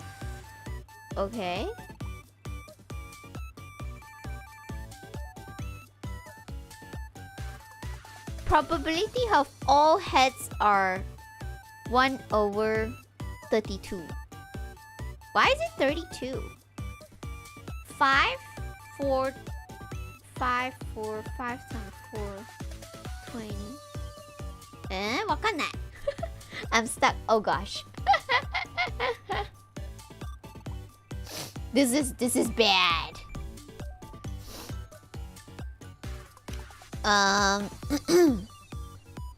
2 times 2 times 2 times 2 times 2 is 32. Oh, because it's 5 tosses, 2 times 2, 4 times 2, 8 times 2. Ah, okay.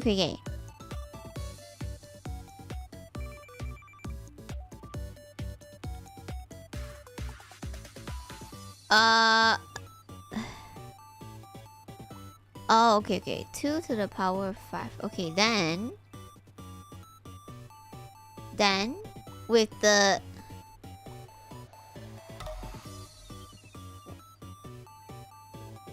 that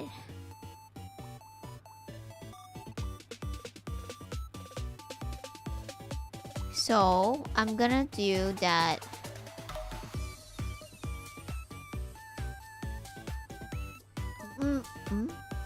How do I get 1 over 16?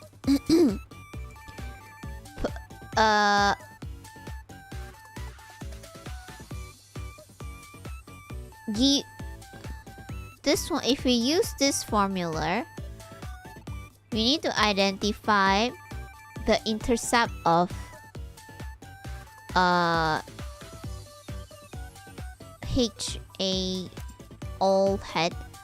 all heads, given that the first toss is head, divided by I get it. Okay. 2 times 2 to the power of 4 is 16. Alright, okay. So to get that, to find that,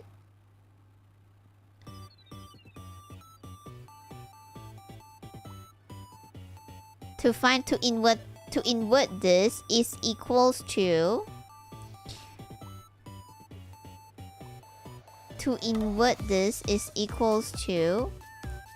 probability of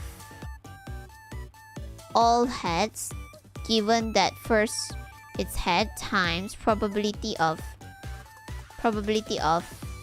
head divided by probability of all head. Okay, so okay.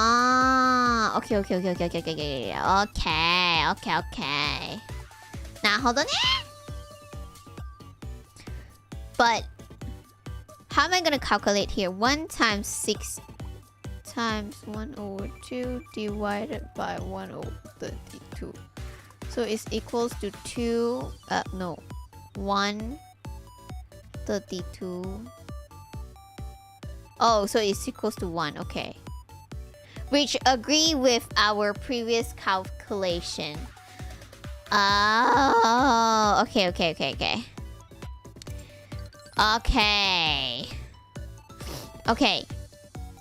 Let's go. The base rate fallacy. The base rate fallacy is one of the many examples showing that it's easy to confuse the meaning of probability B given A and probability A given B when a situation is described in words. I agree. And we're very confused just now. This is one of the key examples from probability, and it will inform much of our practice and interpretation of statistics. You should strive to understand it truly. Okay? Okay. The base rate fallacy. The base rate fallacy. Where am I? The base rate fallacy is one of many. The base rate fallacy. Consider a routine screening test for disease. Pathologic. Suppose the frequency of the disease in the population base is... Oh, this is the one that you say. The chances where the coins is exploding. Suppose the frequency of the disease in the population is 0.5. This will deepen your understanding to why we do normal way or Bayes way. Okay. Bayesian way.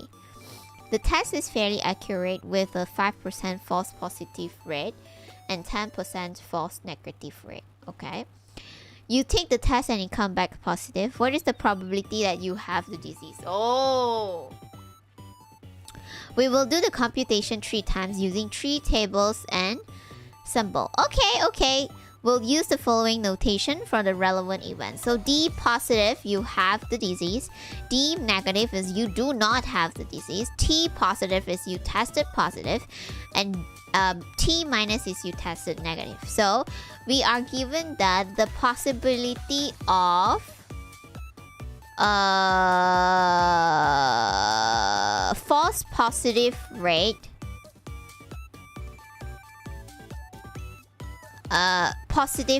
is 0.05%, and therefore the negative rate is 1 minus. Okay, the false positive and false negative rate are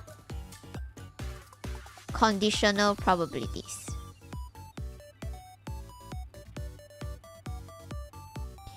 P false positive. P false positive. P false positive is which one? P false positive equals to... What is a false positive? Is it T false positive? T negative?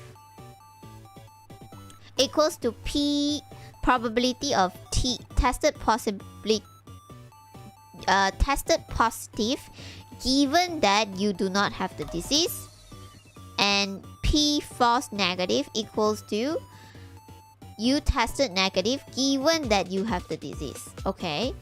The complementary probabilities are known as the true negative and the true positive rate. Okay. The possibility of you tested negative given that you do not have the disease is 1 minus you tested positive but you do not have the disease. Okay. And the possibility of you tested positive plus you have the disease is equals to you 1 minus you tested negative but you do have the disease. Okay. 0.9. Okay. It's better to think of true or false as right or wrong. Oh, okay. I see. So all of this possibility can be displayed quite nicely in a tree. So first you have a disease and you don't have a disease. So if you don't have a disease but you still have possibility to test positive and negative.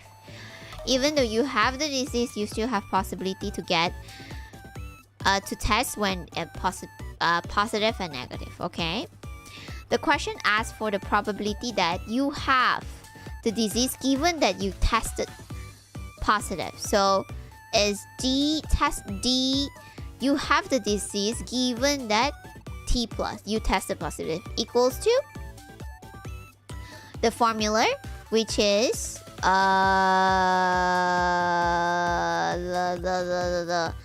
above formula, which is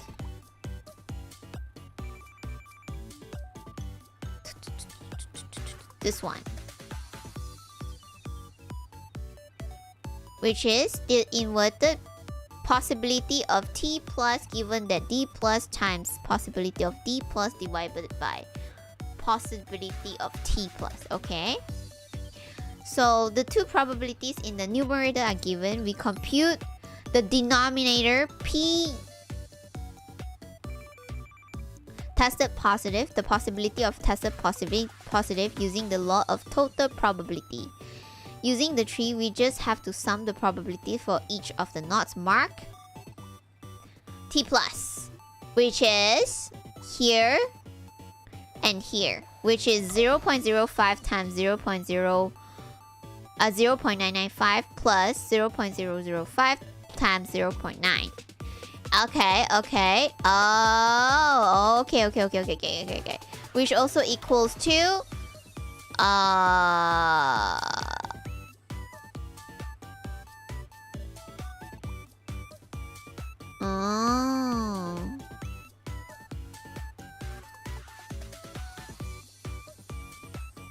P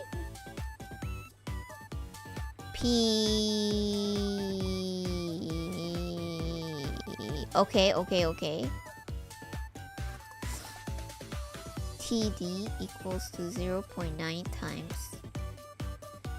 times D plus is 0.050. Oh, okay. For example, let's say we have a software running on a machine analyzing testing compound for disease. Margin of error for machine and software can be calculated for estimation of false positive. Do they use this to count bugs too? Like the possibility of a bug will occur? This is called the base rate fallacy because the base rate of the disease in the population is so low that the vast majority of the people taking the test are healthy. And even with an accurate test, most of the positive will be healthy people. Ask your doctor for his or her guess at the odds. To summarize the base rate fallacy with specific number, 95% of all tests are accurate does not imply 95% of positive tests are accurate. I agree. We will refer back to this example frequently. It and similar examples are at the heart of many statistical misunderstandings. Other way to work example 11. Another trick that is useful for computing probability is make a table. Let's redo the previous example using a table unit with 10,000 total people. 10,000?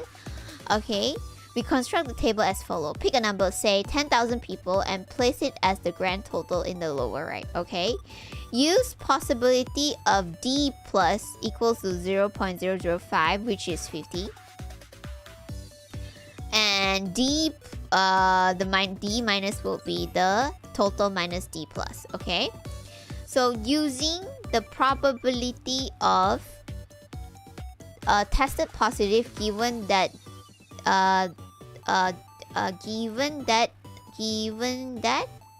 given that I have the disease is 0.9, we can compute that the number of sick people who tested positive is 45, where the remaining 10% is 5, okay? The other entries are similar.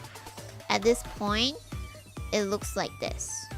Okay, D minus is 0.0.9.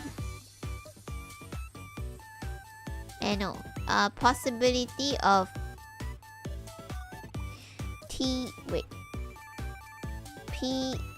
0.1. Okay, and then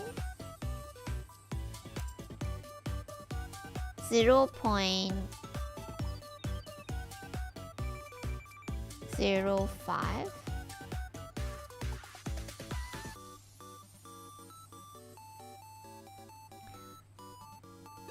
The other entries are similar.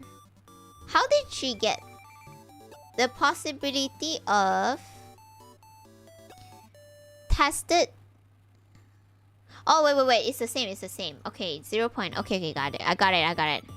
So using the complete table, we can compute that possibility of disease. You have the disease, given that you tested positive, is that, what is this chong, the straight line? D intercept T divided by T equals to 8.3. Disease memory was strong. So it's 8.3% that the possibility of people who have disease and will test positive is 8.3%. Whoa, that's so low. That is so low. Okay.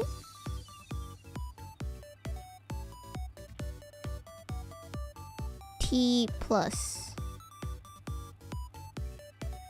Yeah. Okay, so the figure below illustrates the base rate fallacy. The large blue rectangle represents all the healthy people. The much smaller orange rectangle represents the sick people. The shaded record represent the people who test positive. The shaded area covers most of the orange area and only a small part of the blue area.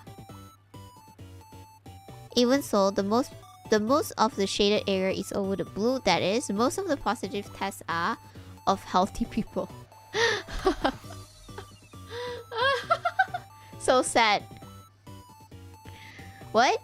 Now imagine trying to calculate remaining 95. What is 95.7? 91.7%. Oh.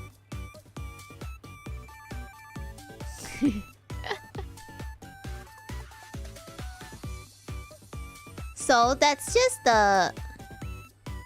Wait, that one is just 1 minus 8.3, no?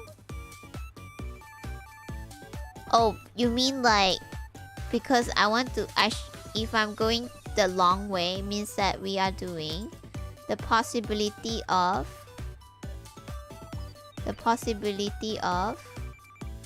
T tested positive given that have disease. Like that?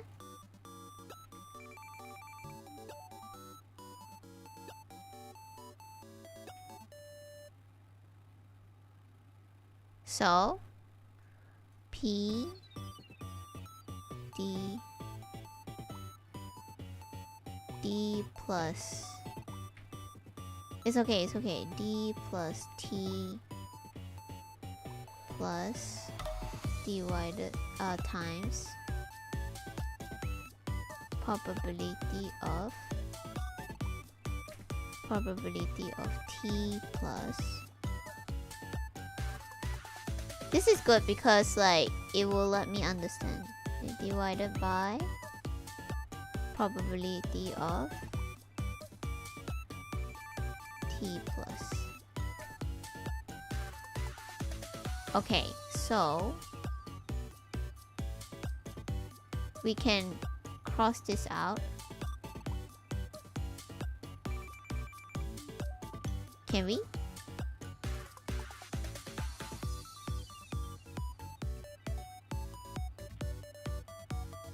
Can we cross this out? No. Oh, I read it wrong. This is D. This is the formula. So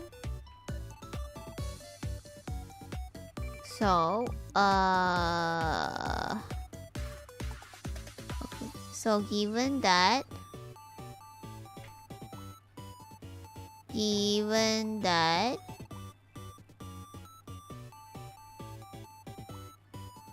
the probability of D positive, probability positive given that T is positive is wait, put the one I know first. So times possibility of T positive is possibility of D positive is 0.005. Right? And possibility of T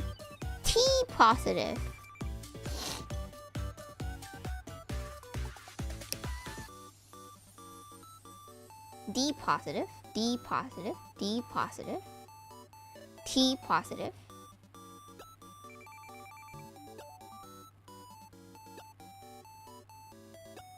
is 0.995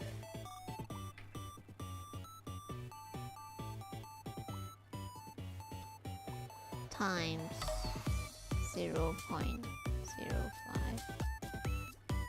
Was it times or plus? Times, correct. Plus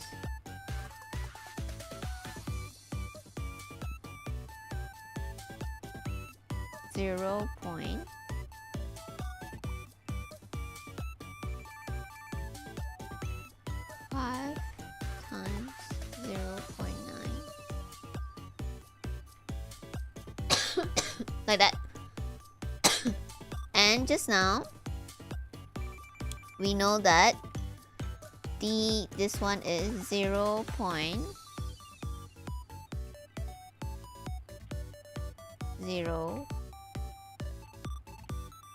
Wait, is there a way to calculate this? Oh wait, then I need to put this whole thing here.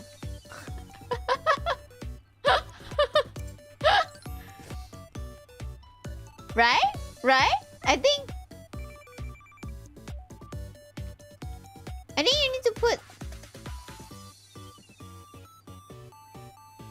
you need to put the whole thing.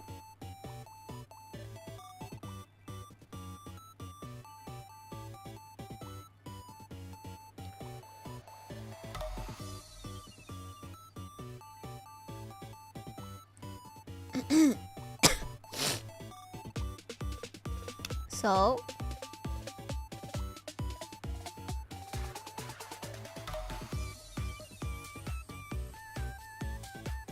wait, I think this is weird. Wait, I think this is weird. Like, oh, I see. So, like, if you put this here, right? Then you kind of need to calculate. Then you find the... Wow, imagine you don't have this formula to help you calculate. This is crazy. As we said at the start of this section, Bayes' rules is a pillar of probability and statistics. We have seen the Bayes' rules allow us to invert conditional probabilities when we study statistics. We will see that the art of statistical inference involves deciding how to proceed when one of the terms on the right side of Bayes' rules is unknown. One or more. Wow.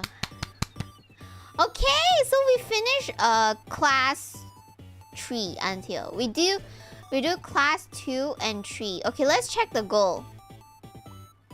You doing different homework? Okay, let's check the goal. Okay. Phew, indeed, my head hurts.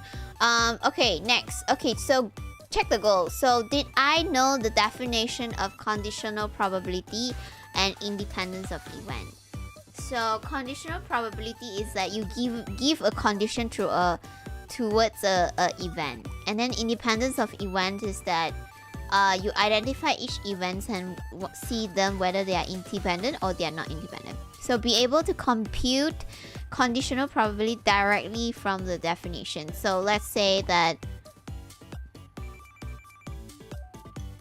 with the coins, 5% is gonna explode. What will be the conditional probability? Okay. Yes, my habits, please sleep. Be able to use the multiplication rule to compute the total probability of an event. What is this one? Is it this one? What's the multiplication rule? Oh, here.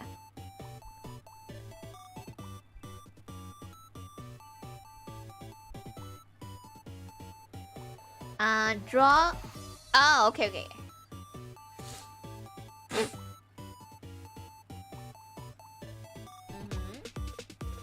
I think we need to revise this class again.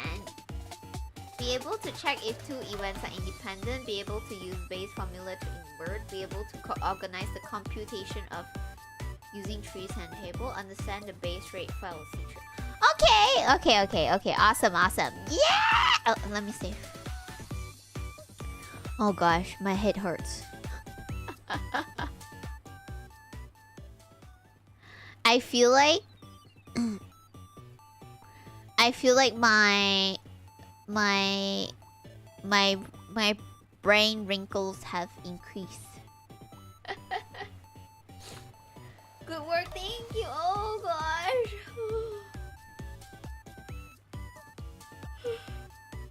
But I think this is easier than class 1 though.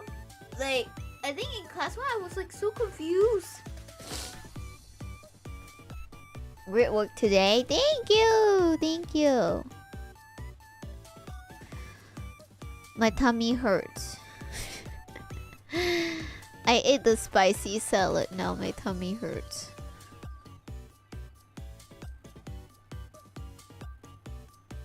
Base rate fallacy is something that really surprised me when I first learned about it. Oh. I think that, okay, I don't think, like, I feel like I don't think I know the terms in real life, the base rate fallacy, but it does make me think when I see things in real life. For example, the CONDOM is like it's not 100%, but they kind of advertise it like it's very safe, you know? So I got like really confused. It's like, what does that mean? You have been talking to the void. Oh no, Joe. We'll come back. So I and if we want to talk about like pandemic, right? We have pandemic a few years ago. So we can like that also actually implement the base rate fallacy, right? That's also that. What else is implement in base rate fallacy?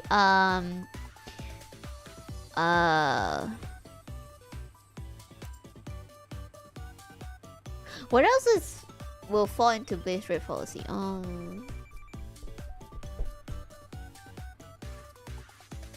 Hi, 4CC. Yeah. We did the probability and we finished class 2 and 3. Yeah, you missed it. Well, you're gonna have what? Watch the what? Right. So, but I want to think about something that is not testing. Like I think the idea I'm having now is like only testing. What else we can have base false policy, but not it's not about testing. Is there any other? Or when we talk about base false policy, it's only about testing. It's actually about two conditions, and each condition has a positive, negative, and then when you have one condition is positive, it doesn't mean that the other condition is gonna be positive, right? So I couldn't think of another example. Error margin.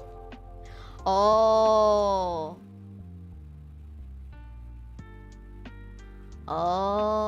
I see. What is this? Computer science? Hybrid.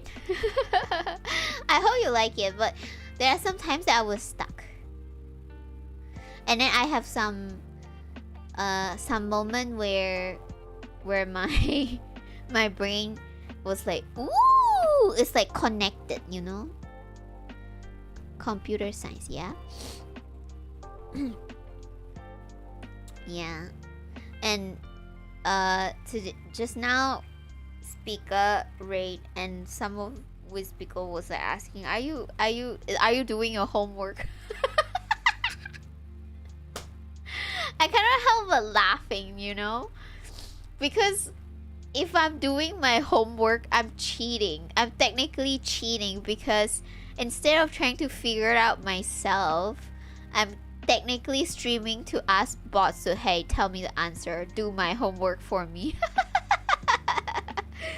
But on the other hand, I think that was a good idea, you know? Instead of trying to like, you know, suffer by yourself, you could actually stream and do your homework. One student, it's a privilege, you know? It's a privilege. Neuron connecting moments. Yeah, it's very satisfying. All the teachers are yelling. We can suffer together. Yeah. I feel like, but I think it won't be as fun if I learn this in school though. I don't know how to say. Because like, one of the criteria that I think is interesting is that we are actually having interaction while we learning. Because if you go to school, like you go to class, right? It's mostly just one-sided, right? Your teacher is telling you, and then you just absorb. It's mostly one-sided. So I think that's not fun. Group study, I don't want. I don't want to do group study. I hate group study, you know.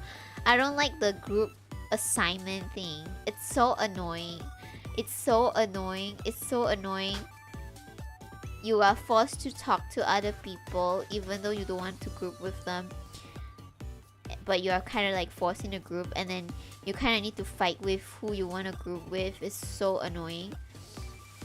And then when decide who do which part, and then some people will be very calculative, like, oh, why I need to do so much and you did so little. Come on, I hate those so much. Just shut up and I'll do everything. Don't talk to me.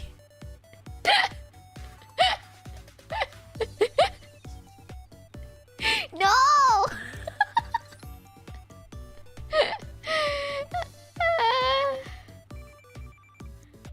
Yeah. I'd rather be that because I'm really bad at communicating. I don't mind having like a group assignment where we are responsible on different part of the stuff.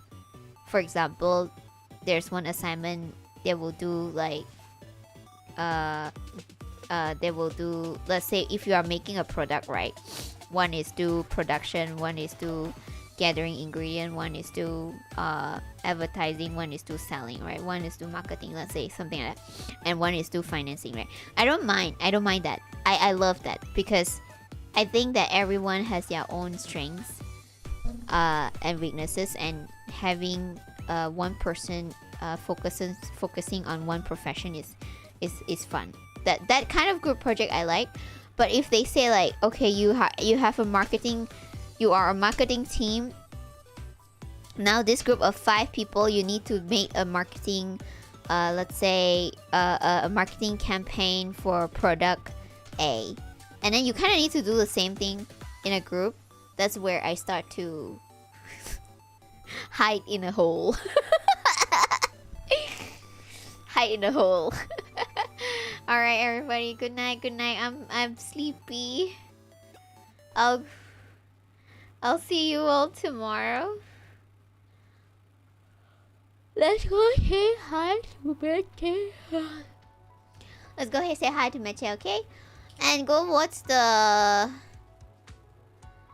singing if you haven't, or go watch the nightmare video if you haven't. Okay. Good night. Bye bye.